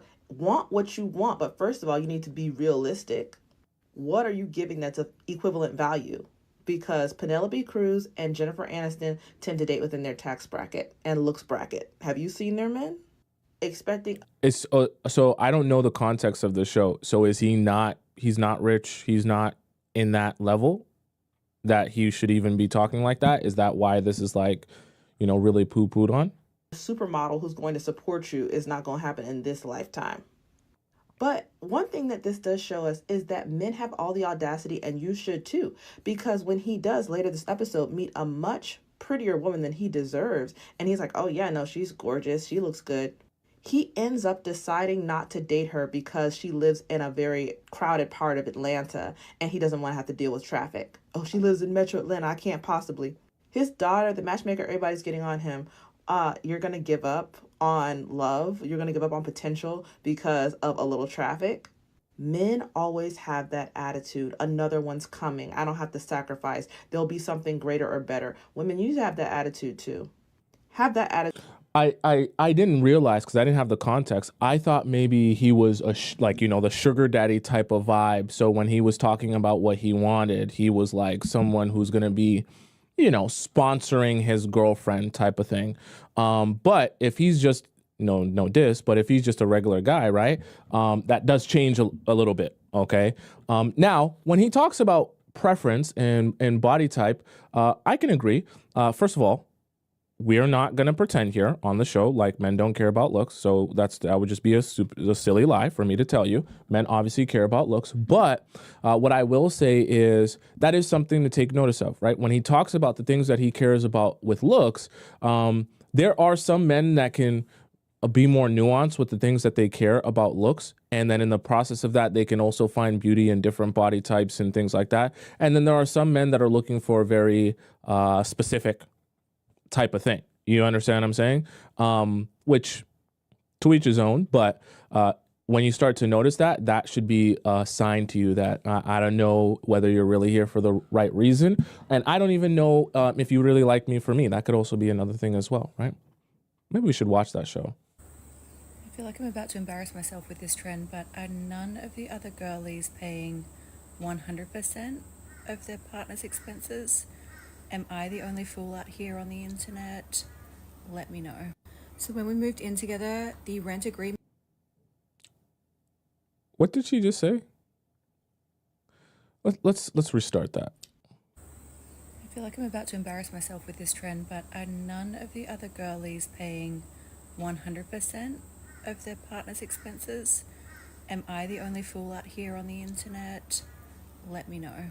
So when we moved in together, the rent agreement was 70% from me because I earn more money and 30% from him. So that's how it first started, with the view that one day it would change. It never changed. And then when we moved in together, the first grocery shop, I just went and filled the house with everything. I just assumed he would chip in. I didn't want to hassle him about it because, like, I'm not that kind of person. I'm just like, if you want to pay, great, like, whatever. And then over time, over like probably the first 6 months, I would do the entire grocery shop. So like I go and plan all the meals, I go to the grocery store, I pick up the food, I pay for the food, I bring the food home, I unpack the food, I make all of the meals, make him like a gourmet dinner every night. He sits down to eat it. He gets up from the table, doesn't take his plate to the sink, just gets up from the table and then walks off. And then I clean up. Okay, sorry, I hate to pause it, but I always wonder when I hear things like this, how did they grow up as a child? Because, you know, I understand, you know, some parents might not be able to put too much intention into their children, but how as a parent do you allow, because the behavior didn't just get learned as an adult, as an adult, how do you allow your child to do that for so long that they become an adult and they just continue doing that? Like, how do you not see your child not take their dish to the sink and say, look, we ain't doing the thing where you don't take your dishes to the... I just don't. You're just never going to say nothing? Never going to... Oh, whatever. I get it. I guess so. After I've paid and cooked and done all the things.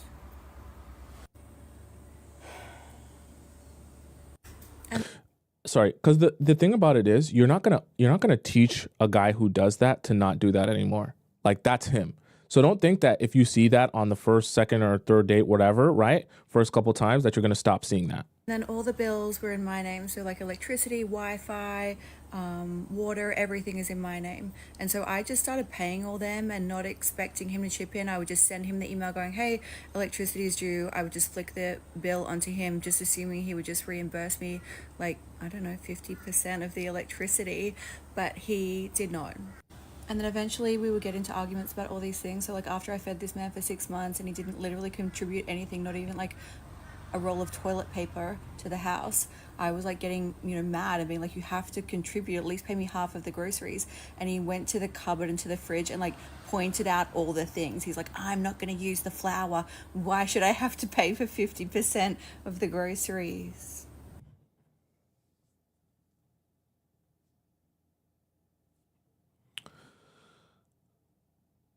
This makes me think of two things. So number one, if a man's not spending his money on you and you guys are supposed to be in a relationship, especially if you're living together, he's spending it somewhere. So probably want to figure out where he's spending it. Trust me. Guys like this who are really, keen on saving their money, because you're making money, to save their money for themselves, they gonna spend it somewhere. Don't think that all of that excess money is going into a Roth IRA, okay? It's not going into a 401k. It's not going into an ETA, all right? Or ETF, sorry, right? It's not going into the S&P 500. It's going somewhere.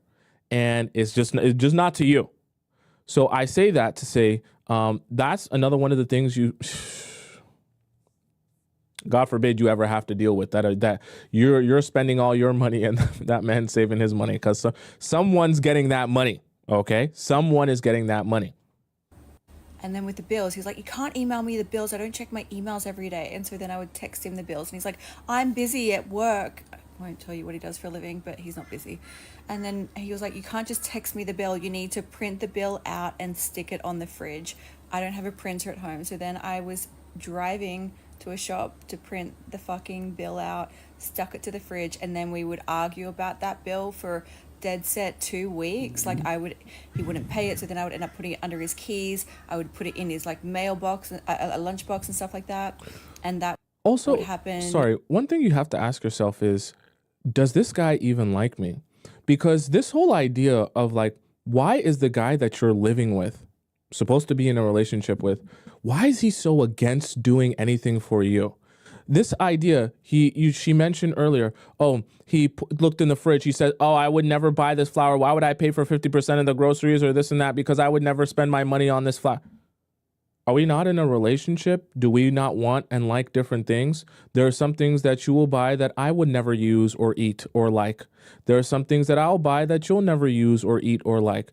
Do we not actually enjoy the fact that we're two individual different human beings, that you can't ever spend a cent of your money on something that doesn't clearly benefit you because it benefits me? So you have to start thinking, when this guy is so obsessed with himself that he doesn't care for your happiness at all, that should tell you something. Every bill. I mean, not every bill, because I couldn't be bothered going through that with every bill, but like quarterly with the electricity bill, I was like, no, you have to chip in for electricity. Like, you're a 40-year-old man, you have to pay for your own electricity. And then you all are out there pranking your husband and he's laughing at you about paying 50-50, or like not paying the mortgage that month. I'm an idiot. I'm not laughing at her. It's sad. It's sad. Because this is usually, a situation this extreme is a microcosm of a bigger issue, which is that if I was advising her and she was in our Discord, I would tell you honestly that your man doesn't like you. He doesn't. And I'd also tell you that he's spending his money in other places. You just don't know where. If you were to see his bank statement, you'd probably be shocked. I'll tell you that. Right? That's what I would honestly say. Just in helping hundreds of women and knowing how these type of things go, he's spending his money somewhere else, and he doesn't like you that much. Because the fact that he mentioned that he wouldn't utilize this or spend his money on that, and so why would he be splitting the groceries because he wouldn't buy that, just goes to show you he doesn't care about your happiness or what you want. Because if he loves you or even cares about you at all, and he says, okay, I'm going out to buy groceries, and then you ask him, can you get this, this, and this, and he doesn't eat that or care about that, it doesn't matter because he cares about you. So what you like and what you want is important to him by extension of what's important to you. That's how it should work if he actually loves you. Now, if it doesn't work that way, I'll let you fill the blanks. So you're telling me that God's plan is for you to get a man that don't be on social media, doesn't have a spam account, doesn't take selfies, and stays to himself, right? So you want the man that got the suit and tie on and looks good, but you wear poster girl dresses. Everybody on the internet knows what your tiger stripes look like. You be bent over for the camera, and you think you're God's plan for somebody else. So you're telling me God's plan for the man that works on himself, that don't be on social media, is suited and booted, ambition, has a lot going on for himself. You're telling me the good Lord upstairs say, yeah, I want you to be with the girl with the poster girl dressed. Yeah, bro, I want you to be with the girl that's bent over on the internet. Yeah, bro, I want you to be with the girl that needs the validation of social media, and that's why she ain't never got no clothes on. Y'all started it. Y'all started it. Because y'all going to sit up there and say, God's plan for me is this. But then you do the complete opposite and don't portray yourself in a way that would match the man that don't be on social media. The man that wears the shirt and tie to work and is an ambitious young man. But you bent over on the internet and you think you God's plan for that man. All right. So So I think the learning experience, I know he's trying to be a little bit funny, right? The learning experience from this video is kind of what we talk about here. If you want a particular thing, which I want to help you get that, I also want to position you in a place where you can present yourself in a way that attracts that type of guy. So you're looking for a guy who's not on social media, takes his life seriously, wants to better himself. We want to position you through your actions and the decisions that you make and the places you spend your time to attract those type of men. Are you following me? Right?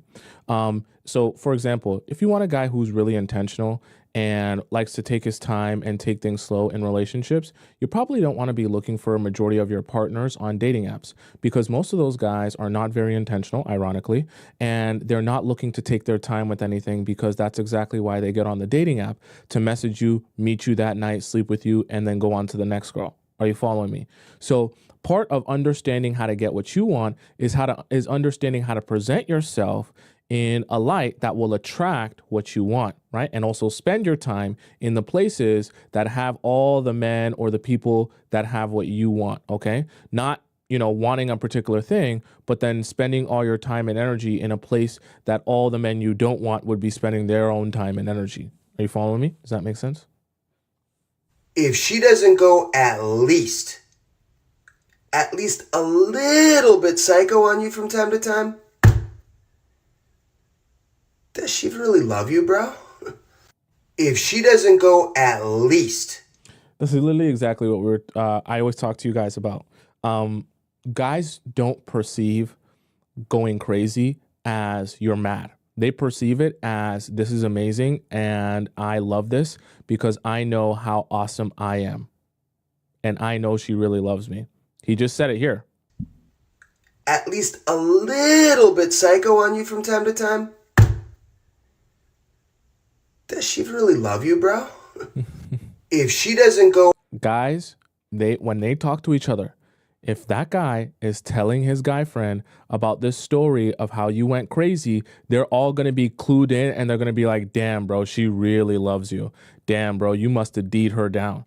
Now, if he tells them a story about how he did something crazy and you didn't even respond, you just went about your day, they're going to be like, damn, bro, you getting cheated on. Damn, bro, go get your girl. Damn, bro, you better fix your relationship because it's probably over. She's probably already moving in with someone else.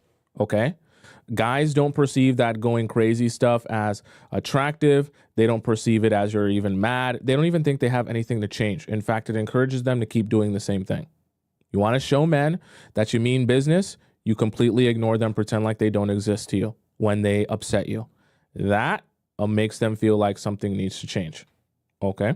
All right, chat. Let's hop into our next segment of the day. Our next segment is going to be I was almost going to say it, but I'm not going to say it because you got to spam it up in the chat if you know what segment is coming. It's a very special time. It's an amazing time. It's a time where you're going to laugh and you're definitely going to cry. It's the best time. You better not look at your watch. You better not look at your clock. You better not look at your phone. And you better not look nowhere else in your home. If you don't know the time, I'm going to tell you the time.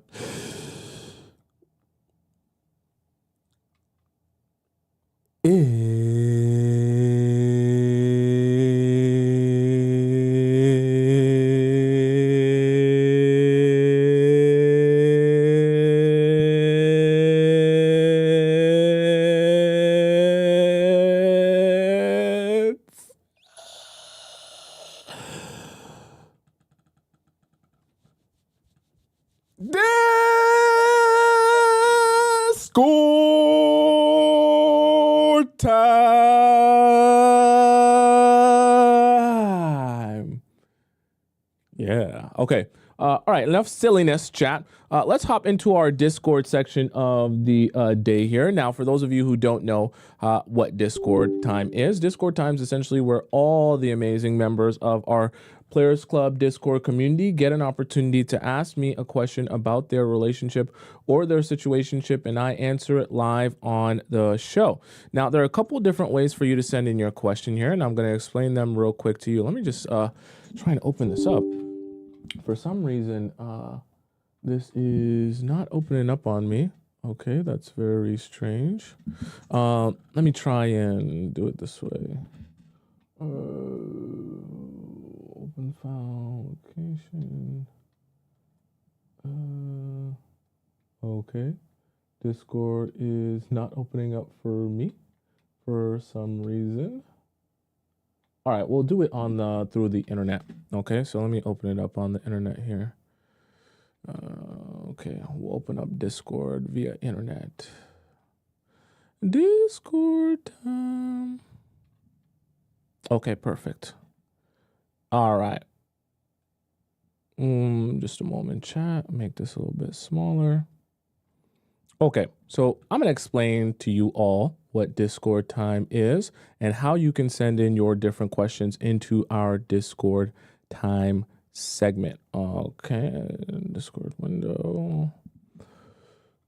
All right. Okay, so you have different ways that you can send in your question here, and I'm going to explain them to you right now. So the first way that you can do that is by sending in your question via our free relationship advice forum. Our free relationship advice forum is in my link in my bio on TikTok or the link in my description. You just go through it here and you click where it says free relationship advice, and you can ask in your question here. You just got to make sure that you format it the way that everyone else has been formatting their questions there. Now, I'll warn you, there is a lot of other questions here for me to answer and get to. So if you ask your question here today, it's probably not going to get answered today because I have other ones that are highlighted that are first come, first serve. So if you have a question for me and you want it to get answered ASAP because you don't want to wait in the line, you also have Discord Premium Relationship Advice, which is our section for those of you who want to skip the line. You get to ask your question in here, and instead of having to wait, I read these out first before I go into the free section. So the way you access our free Discord Relationship Advice is by going into the link in my bio on TikTok or the link in my description on YouTube. Click where it says Premium Discord Relationship Advice. And then when you click that, you'll be prompted to donate to the show, but also send in your Discord username and the title of your question. That way, I receive a notification on my phone. I see that that's you, and I'm able to verify that your question should be there and we're keeping it fair for everyone, okay? Now, there's a third option to send in your question for those of you who don't want to wait, right? Who don't want to have your information out on the internet, okay? Because obviously we're reading this live on the show. It's our private relationship advice section. All you got to do is click the link. This is in our Discord, or it's in my bio on TikTok or my description. Click where it says private relationship advice. You see the title here, private relationship advice. And there you can submit your question to me via text, and I respond to you with a voice message, and I send it back to your email, and no one else sees it, just me and you, okay? Let's get started with our first question here. Our first question today, our first premium question comes from Happy Bunny. Oh, okay. So she says confusion caused by 5 big men. So yesterday, Happy Bunny sent in a premium question that had to do with her now ex. She went to his house and her ex's gay best friend, she said in her message, large gay best friend came out of the house when she popped up to his house unannounced. He was there. And he came out of the house and started yelling and screaming at her to leave. In the process of that, there was also 5 other large men in that house, as well as the large gay best friend that her ex has. And so she was trying to help, trying to get my advice on what might be going on here. So Happy Bunny says, hi, Thompson. I had some typos, so everyone was focusing on the big men. His ex wanted an open relationship because after a few months together, she realized she was bi. Okay, therefore wanted to experience being with a woman. I thought she was clingy though. It still doesn't make a lot of logical sense if she's clingy. He couldn't accept that, so they broke up. He mentioned that his ex liked him more than he liked her. I guess he got traumatized because it started with her being clingy and then wanted an open relationship after he was invested. It still doesn't make a lot of sense, to be honest with you, because being clingy is being clingy. It doesn't matter whether, you want the open relationship for guys or to be with girls. When he gave me head, he said, "Let me worship you," his dirty talk. Okay. I agreed because he had been open up until this point, saying and doing all the right things. He got sappy and said before me he thought romance was not for him. I mean, he had a whole relationship. He said he was touched when I told him I liked his belly, and it makes me sad that he thinks he's not lovable. He just seemed like a very genuine guy. It was after 7 to 8 dates I agreed to be his girlfriend. Around 1 month. It was 1 month. That's not good. You actually made that so much worse now. Him putting a timeline of no pineapples, he said he didn't want to make me feel bad for not giving him pineapples, and pineapples is just sex, right? And made me feel pressure when we do sleepovers and intimate things. So he suggested that we should just go on dates for another month without intimacy. He said he likes me so much he could even wait 6 months, which honestly you should have just done. I thought it was very sweet, but we had pineapples a week after he said this, after we were boyfriend and girlfriend. So I'm not going to say that he tricked you, but that's kind of like you just went off of what he said he would be willing to do, and you use that as your verification for how serious he is or isn't. But those are just words. So saying that, oh, I would wait 6 months, then go ahead, make him wait 6 months, and let's see if he actually is serious about that, or if after a while he'll start pressuring you and talking a little bit different. Okay. The reason I say that is because after he said that, you said, "Oh, that was really sweet. What a nice thing, kind thing to say." And you based your action of sleeping with him, because you literally slept with him a week after he said that, off of this hypothetical scenario in which he said, "Oh, I would be willing to wait 6 months." You do realize anyone can say, "I'd be willing to wait 6 months." Not a lot of people will actually stick by and be consistent enough to wait 6 months. So you don't sleep with someone off of the sweet feeling of a hypothetical scenario they brought up that they might possibly do when they've never actually done it. Okay? The day he fell asleep before the call, I said I was upset. He apologized afterwards and said he's going to make it up to me. I said, I don't miss going to bed upset, and said I was just telling him how I honestly felt instead of blaming him, and I didn't think it was a big deal. He said he's glad we are talking about it and asked me to always bring up my concerns. I thought we moved on, but in the evening, he brought it up again and said he thought it's slightly unfair for me to be upset over him falling asleep, asked if I was ready for a relationship, implying that I was insecure because of my toxic exes. I said he backpedaled because I thought we closed the chapter, but he brought it up again. He said he said it's all on him because he was overthinking and thought it was a big deal. They were not having a Diddy party. Okay, sure. He slept with 3 women before, and from his interaction with his bi best friend, not gay, but bi, so you said that he was gay, I could tell he doesn't like men. What does that mean? Okay. I see where we're at here. Okay. Chat, this is why you have to be here every day, chat, for things to really start making sense. I want those of you who are confused about what's going on to watch yesterday's show in Discord time, because when I summarize it, it's not going to be as impactful as actually being there. Happy Bunny, you're going through a little bit of a case of denial here, okay? I'm not trying to be mean to you. And I'm going to try and read the rest of your message here, okay? I don't want to keep this too long. The man that you love, it's very hard to think to yourself other things are going on. His ex-girlfriend came out as bi and wanting to explore other things. His best friend, that's a guy, is also bi, okay? At his house, when you came over unexpected, there was 5 men there, Okay? I'm not saying that the 5 men is strange, but in context with the other things, that's a little bit interesting. Okay?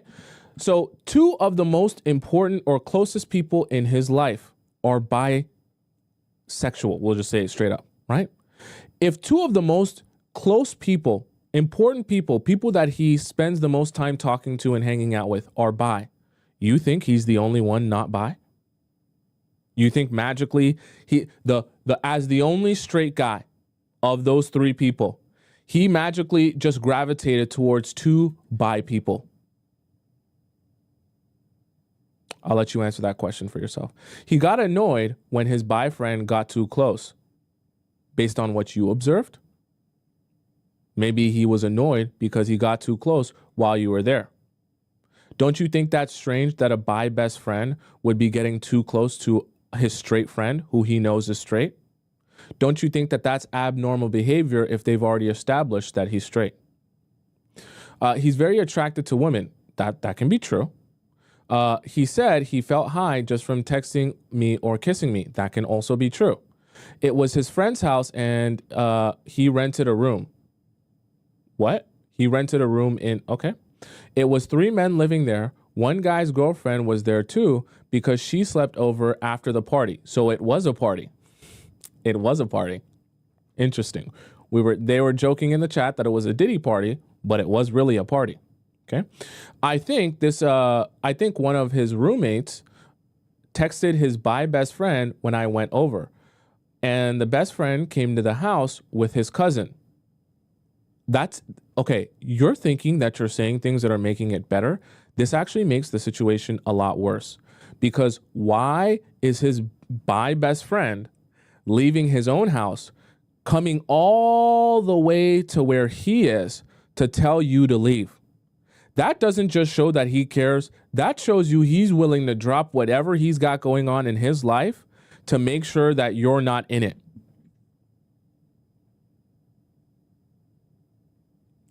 I told you before, and I tell all of you this, whenever you notice someone has a particular deep investment in another human being, there's always a reason for that. It's not an accident. Okay? My guess is that my ex is known for being soft, so his best friends came to defend/save him. He is a grown man. When the best friend and his cousin came, they seemed agitated and tense. When you didn't come, so let's also add some context here. You didn't come yelling and screaming or with a weapon in your hand. You came there to have a conversation with him because he broke up with you and he didn't give you an explanation why.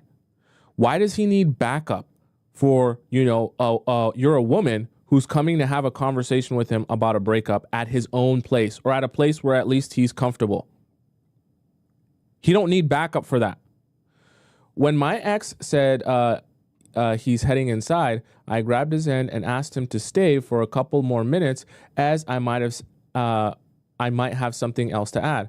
That's when his best friend burst out of the house and yelled, "It's over. My ex's name, come here now." His best friend yelled, "It's over," and then said your ex's name and told your ex to come here now. Now, Chad. Come on. I was born that night. I just wasn't born last night. I could have been born during the day, but I wasn't born yesterday. I know that it's hard to accept that the things you thought someone is not that, but I can assure you, it's not just me in a vacuum. You're reading the chat, aren't you? I hope you are. And the chat will also let you know that this ain't a coincidence. And as you're trying to explain away the situation, you're actually making it more obvious what the situation is. Okay, let me talk to you about straight heterosexual men and how they interact with each other. There is none of my straight heterosexual friends, right, that would ever, when I'm arguing with my girlfriend or having a situation with her, would ever yell at me and tell me to come here now. There is none, not a single one that would talk to me that way, no matter the situation. Neither would I be in a situation with one of my straight heterosexual friends and talk to them that way if they were dealing with their girlfriend? Whether they, and trust, I've seen a lot. I've seen my guy friends have crazy arguments with their girls, okay? Never in a million years would I talk to them that way as a straight heterosexual male, okay? So my question becomes, why is this bi best friend, just best friend in general, that's a guy, why is he talking to his straight best friend this way? That's not how you talk to one of your guy friends, okay? And I'm telling you this as a straight heterosexual man who has other guy friends. None of us talk to each other like this. So the fact that he would actually say that and you're quoting that tells me a lot about their relationship dynamic. Because men don't talk to each other like this. Straight men, they don't. I'm just being honest with you. I apologized to him because he kept saying that he's not meeting my standards and he's not who I'm looking for, making me think I said what I said to him after the party was hurtful. I was mad at the party because the day he was sick, we were going to see a movie and I wanted to see. But afterwards, he never mentioned that movie. I thought maybe he was not getting paid in the summer, but he saw a movie with his sister that week. He also promised to help me carry the coffee table to the second floor. Okay, we're going to kind of skip ahead here, right? He mentioned we were not on the same wavelength, just like him and his ex. He got to cut it before it's too deep, right? So this guy, right, all in all, when you came to him to have a discussion with him, he said you guys aren't on the same wavelength, but the things that he brought up or his reasoning for that didn't seem to make a lot of sense to you, right? So then you mentioned here, I think you just typed this as we were talking about this. He has Happy Bunny, you keep making it worse. He has 3 bi male friends. Actually, we're done here. We're done here. Okay, okay. Happy Bunny, I love you and I care about you and I want you to be happy. I want to be honest with you and I want to provide you with clarity. But let me stretch first and then I'll come back in a better place. I'll be able to just give me a second. Let me stretch it out so I can properly address you, okay? Oh God. Happy Bunny. Oh boy. Oh.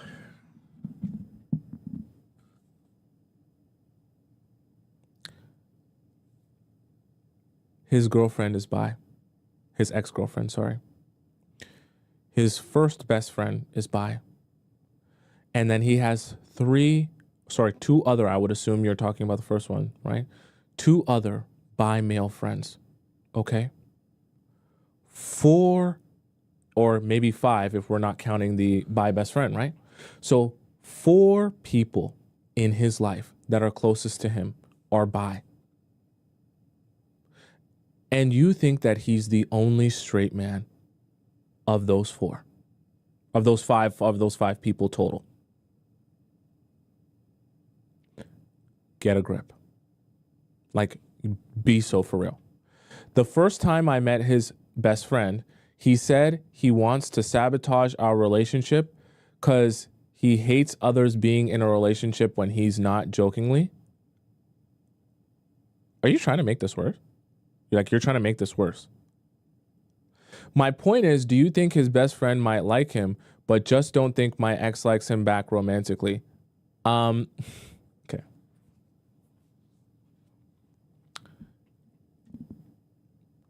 I'm still not going to cast any aspersions. I'm not going to make any assumptions. I'm not going to make any accusations. I am a straight man. I have never had a bi man take pride in who I'm dating as a straight man. I have some bi friends, okay? None of them are first of all, none of them are my close best friends, okay? And second of all, I'm trying to explain this to you delicately. If this bi friend has some sort of jealousy or issue with you, and him being with you, right? It's not just about him being jealous of someone else being in a relationship. And it doesn't even make sense for that to be the reason. Because if he is jealous of a man dating a woman when he dates men, that doesn't logically make any sense. He's just jealous of anyone being in a relationship. So he doesn't like any of his friends to ever have relationships so that those friends can do what with him? If my guy friends, if I get into a relationship, my guy friends, maybe they might hang out with me a little bit less, but we can still hang out perfectly fine like guy friends would if I'm in a relationship. I can still go to their house and sleep over. I can still watch the game with them. I can still go out to the parties with them. We can still have fun together with my straight friends, because them being my straight friend doesn't affect my ability to be in a relationship. And if I'm in a relationship, that doesn't mean I can't hang out with them. So my point being is, if this bi friend has nothing to do with him, right? Has nothing romantic going on with him, why does it even matter if he's in a relationship or not? Because it doesn't change what they do unless it does.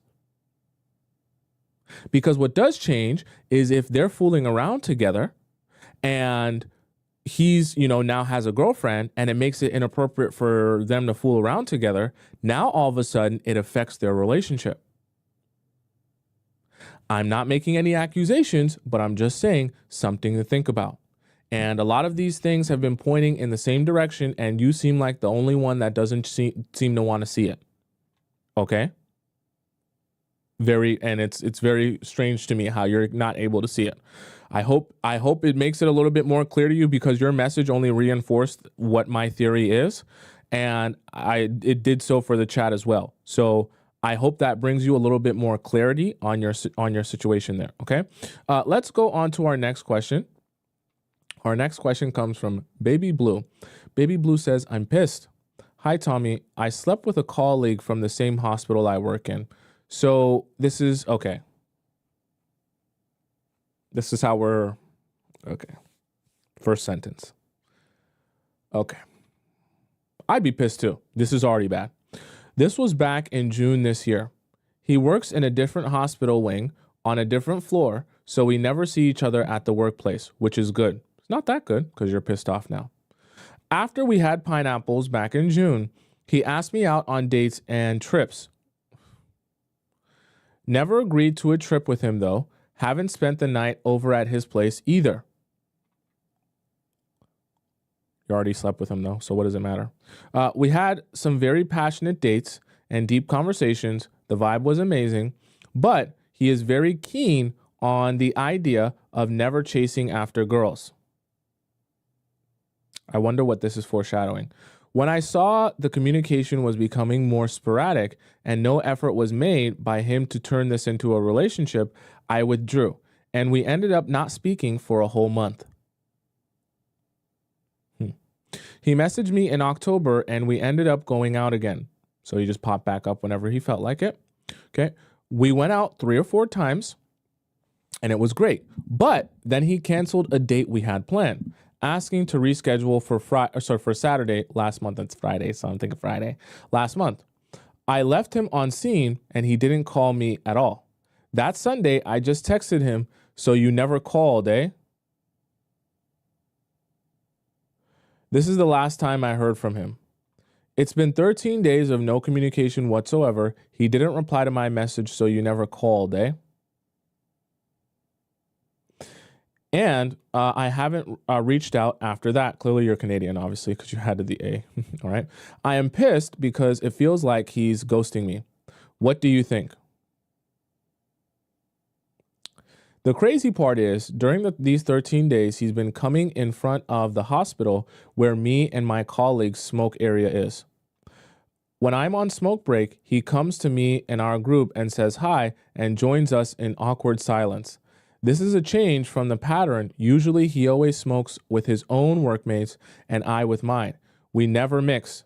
Now, however, I seen him a couple of times a day, and this too is pissing me off.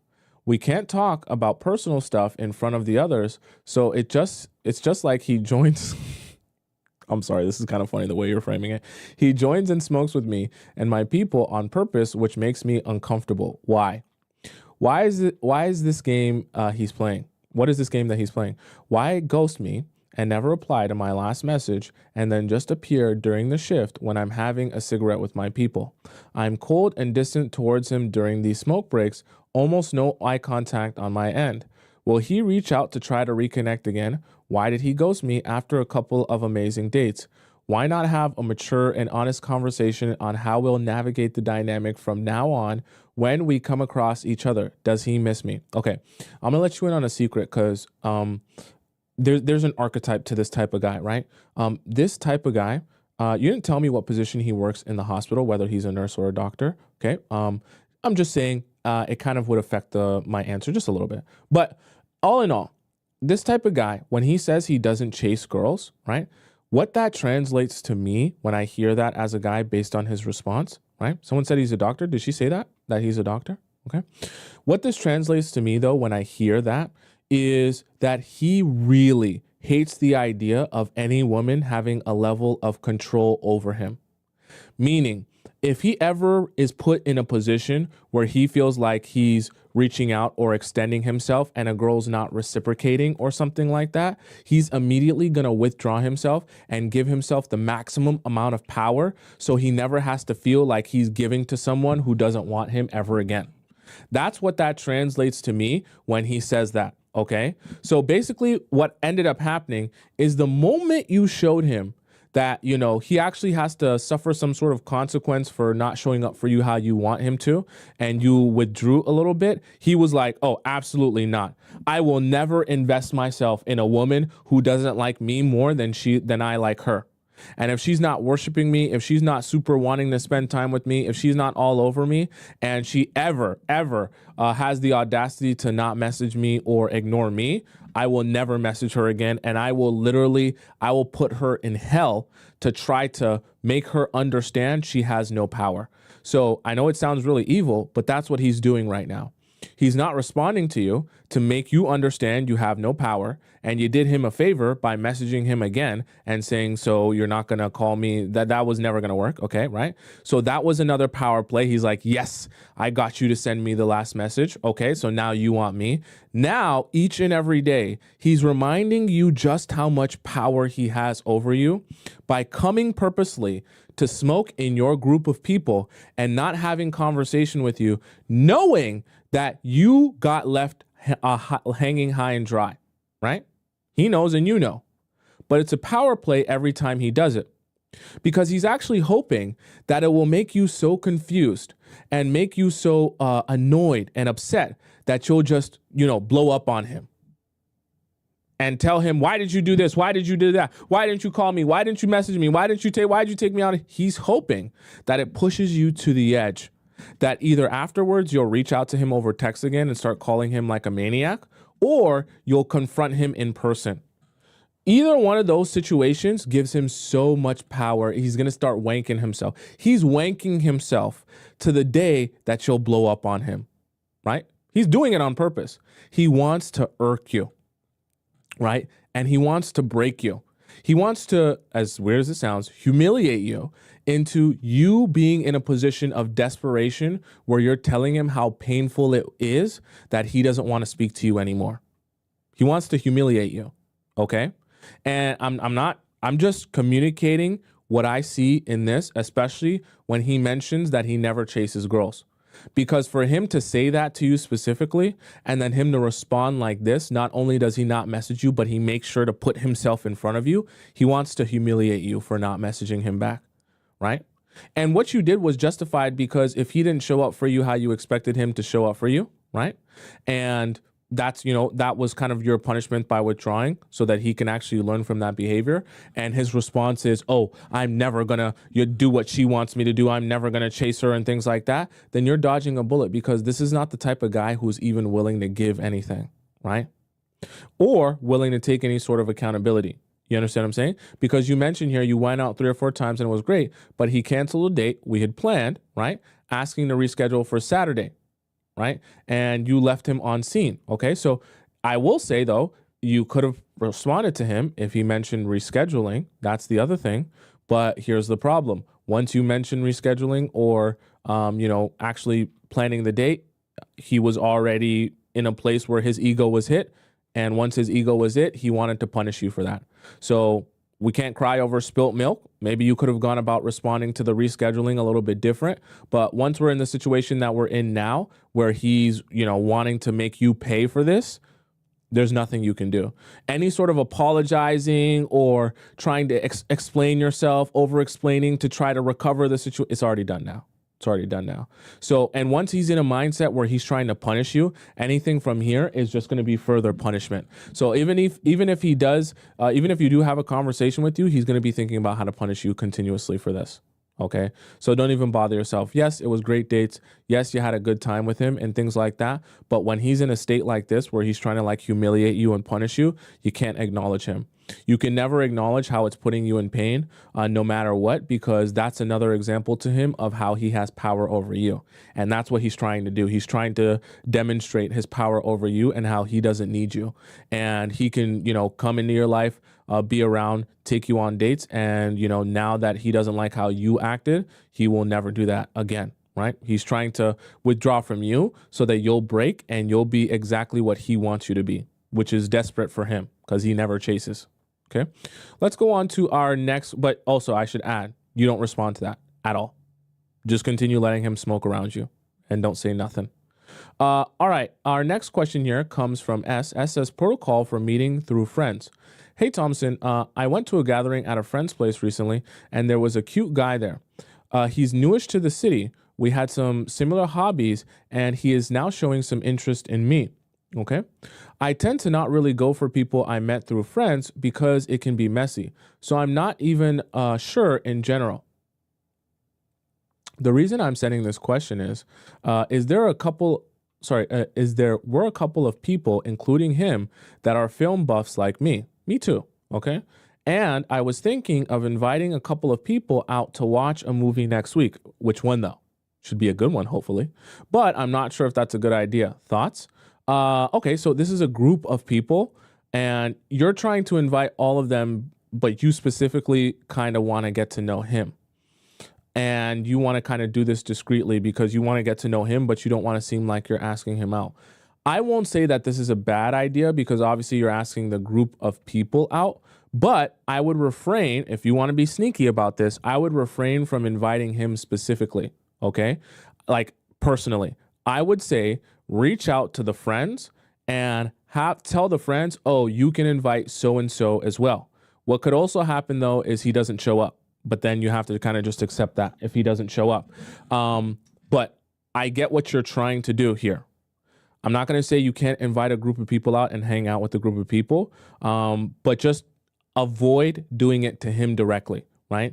We don't want to give too much of your cards away, especially if you always want to kind of like, you want to present yourself and allow the men to choose you. Okay.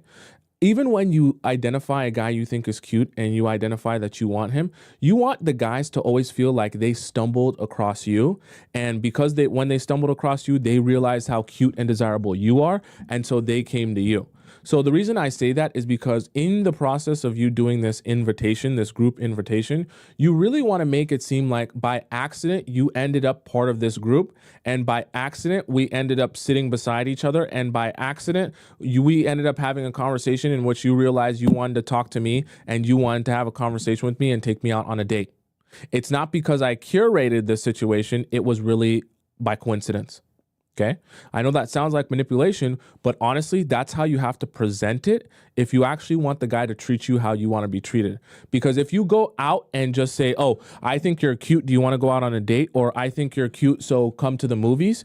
You're not going to get the response that you want from him, because then he's going to be in a position of relaxation where he's going to say, oh, you think I'm cute? You want me? You want to go out on a date with me? Sure, you can take me out on a date, but you pay. Or we split the bill. Because I didn't ask you out, you asked me out, right? So you don't want to start off on that foot, and you want to make sure that, like you said in a response here, I was thinking of asking a different person and telling them they can invite him. Exactly. Do that, okay? That way it's indirect, and he feels like he got there at this group of event, right? This movie watching group thing. He got there because of the friend that invited him rather than you specifically seeking out to get him there. You understand what I'm saying? And then from there, you can kind of just curate a situation where the vibes are right. Maybe you guys sit together on accident, right?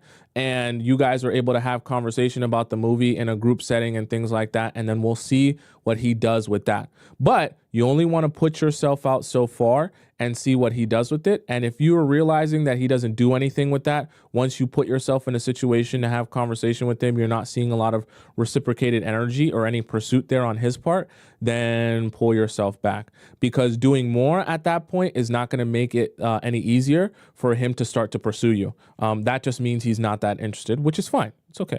That's fine. All right. Okay, chat, that's the show for today. For those of you who want to ask me a question, feel free to send in your question, whether it be to our free relationship advice section, our premium Discord section, or a private question to me. Those are all available in the link in my bio on TikTok or the link in my description on YouTube. For those of you who are on Instagram, on TikTok, and you want to rewatch, or for those of you who are on I have so many platforms in my head. Forget that for now. I want to acknowledge Nicole's $5 donation. She says, I hope you have an awesome weekend, Tomisin. Great show as always. Hoping you decide to do a meet and greet in 2025. Do you guys want a meet and greet? Is that what you want? I've been seeing this over and over again. Meet and greet, meet and greet. Do you guys really want a meet and greet? Is that a thing that you guys want? I wasn't thinking, maybe when we come to some sort of milestone, we'll do a meet and greet. What would you guys want us to actually do at the meet and greet? Because like, I'm assuming you guys don't just want it to be just me standing there and smiling while all of you guys say hello to me, right? What would we actually do at the meet and greet besides meet and greet? What will we do there, right? Do a class? Okay, maybe. Interesting, right? Interesting. Someone says, but I'm in the USA. Yeah, we have to figure out the best place to do the meet and greet. Because I live in Toronto, Canada, but I know a lot of my audience is both in USA and then also in UK. Okay, I have some people that are in Canada as well, but there's a bulk of the audience in USA and UK. So we have to figure out the best place to do that, right? It could be NYC, right? Or possibly NYC. That's a nice hub for everyone. So we'll have to figure that out. Keep mentioning it to me, guys. And as you have to bombard me with it for me to have it in the front of my mind all the time. So every show, just keep reminding me about the meet and greet, and I'll be forced to think about it so heavily that I come up with a plan for how we'll actually execute that. Okay. All right, chat. So for those of you who are on TikTok and you want to follow me on Instagram, my Instagram is just above my head. It's Tomisin_Atub on the top left corner of the screen. For those of you on YouTube, it's just in the link in my description. For those of you who want to rewatch the show because you're on TikTok and you missed some points or you came late, it's all available on my YouTube channel. It's just my name, Tomisin Atobatele. On the top right corner of the screen, you can go to YouTube, go into the live section, and you can rewatch this live show and all the other live shows I've done since the beginning of time. And you'll have the YouTube and TikTok live chat embedded in the video, okay? For those of you who want to catch me live and on time again, I'm live every weekday, Monday to Friday at 4 p.m. Eastern Standard Time. So if you want to figure out what time that is in your time zone, you got to use Google. So I won't be here tomorrow live, but I will be posting on my YouTube channel, and I'll be back for you guys on Monday at 4 p.m. Eastern Standard Time. All right? Until we meet again, goodbye for now. Arrivederci. Adios. Ciao. Salam. Sayonara. Hasta la vista. Bon voyage! And have a great rest of your weekend. Well, start of your weekend. Stay safe. You can go on dates, but try not to do anything crazy that you end up in our Discord asking me questions about all of your mistakes. And I'll see you on Monday at 4 p.m. Eastern Standard Time, okay? Have a great weekend. I love you so, so much, so much.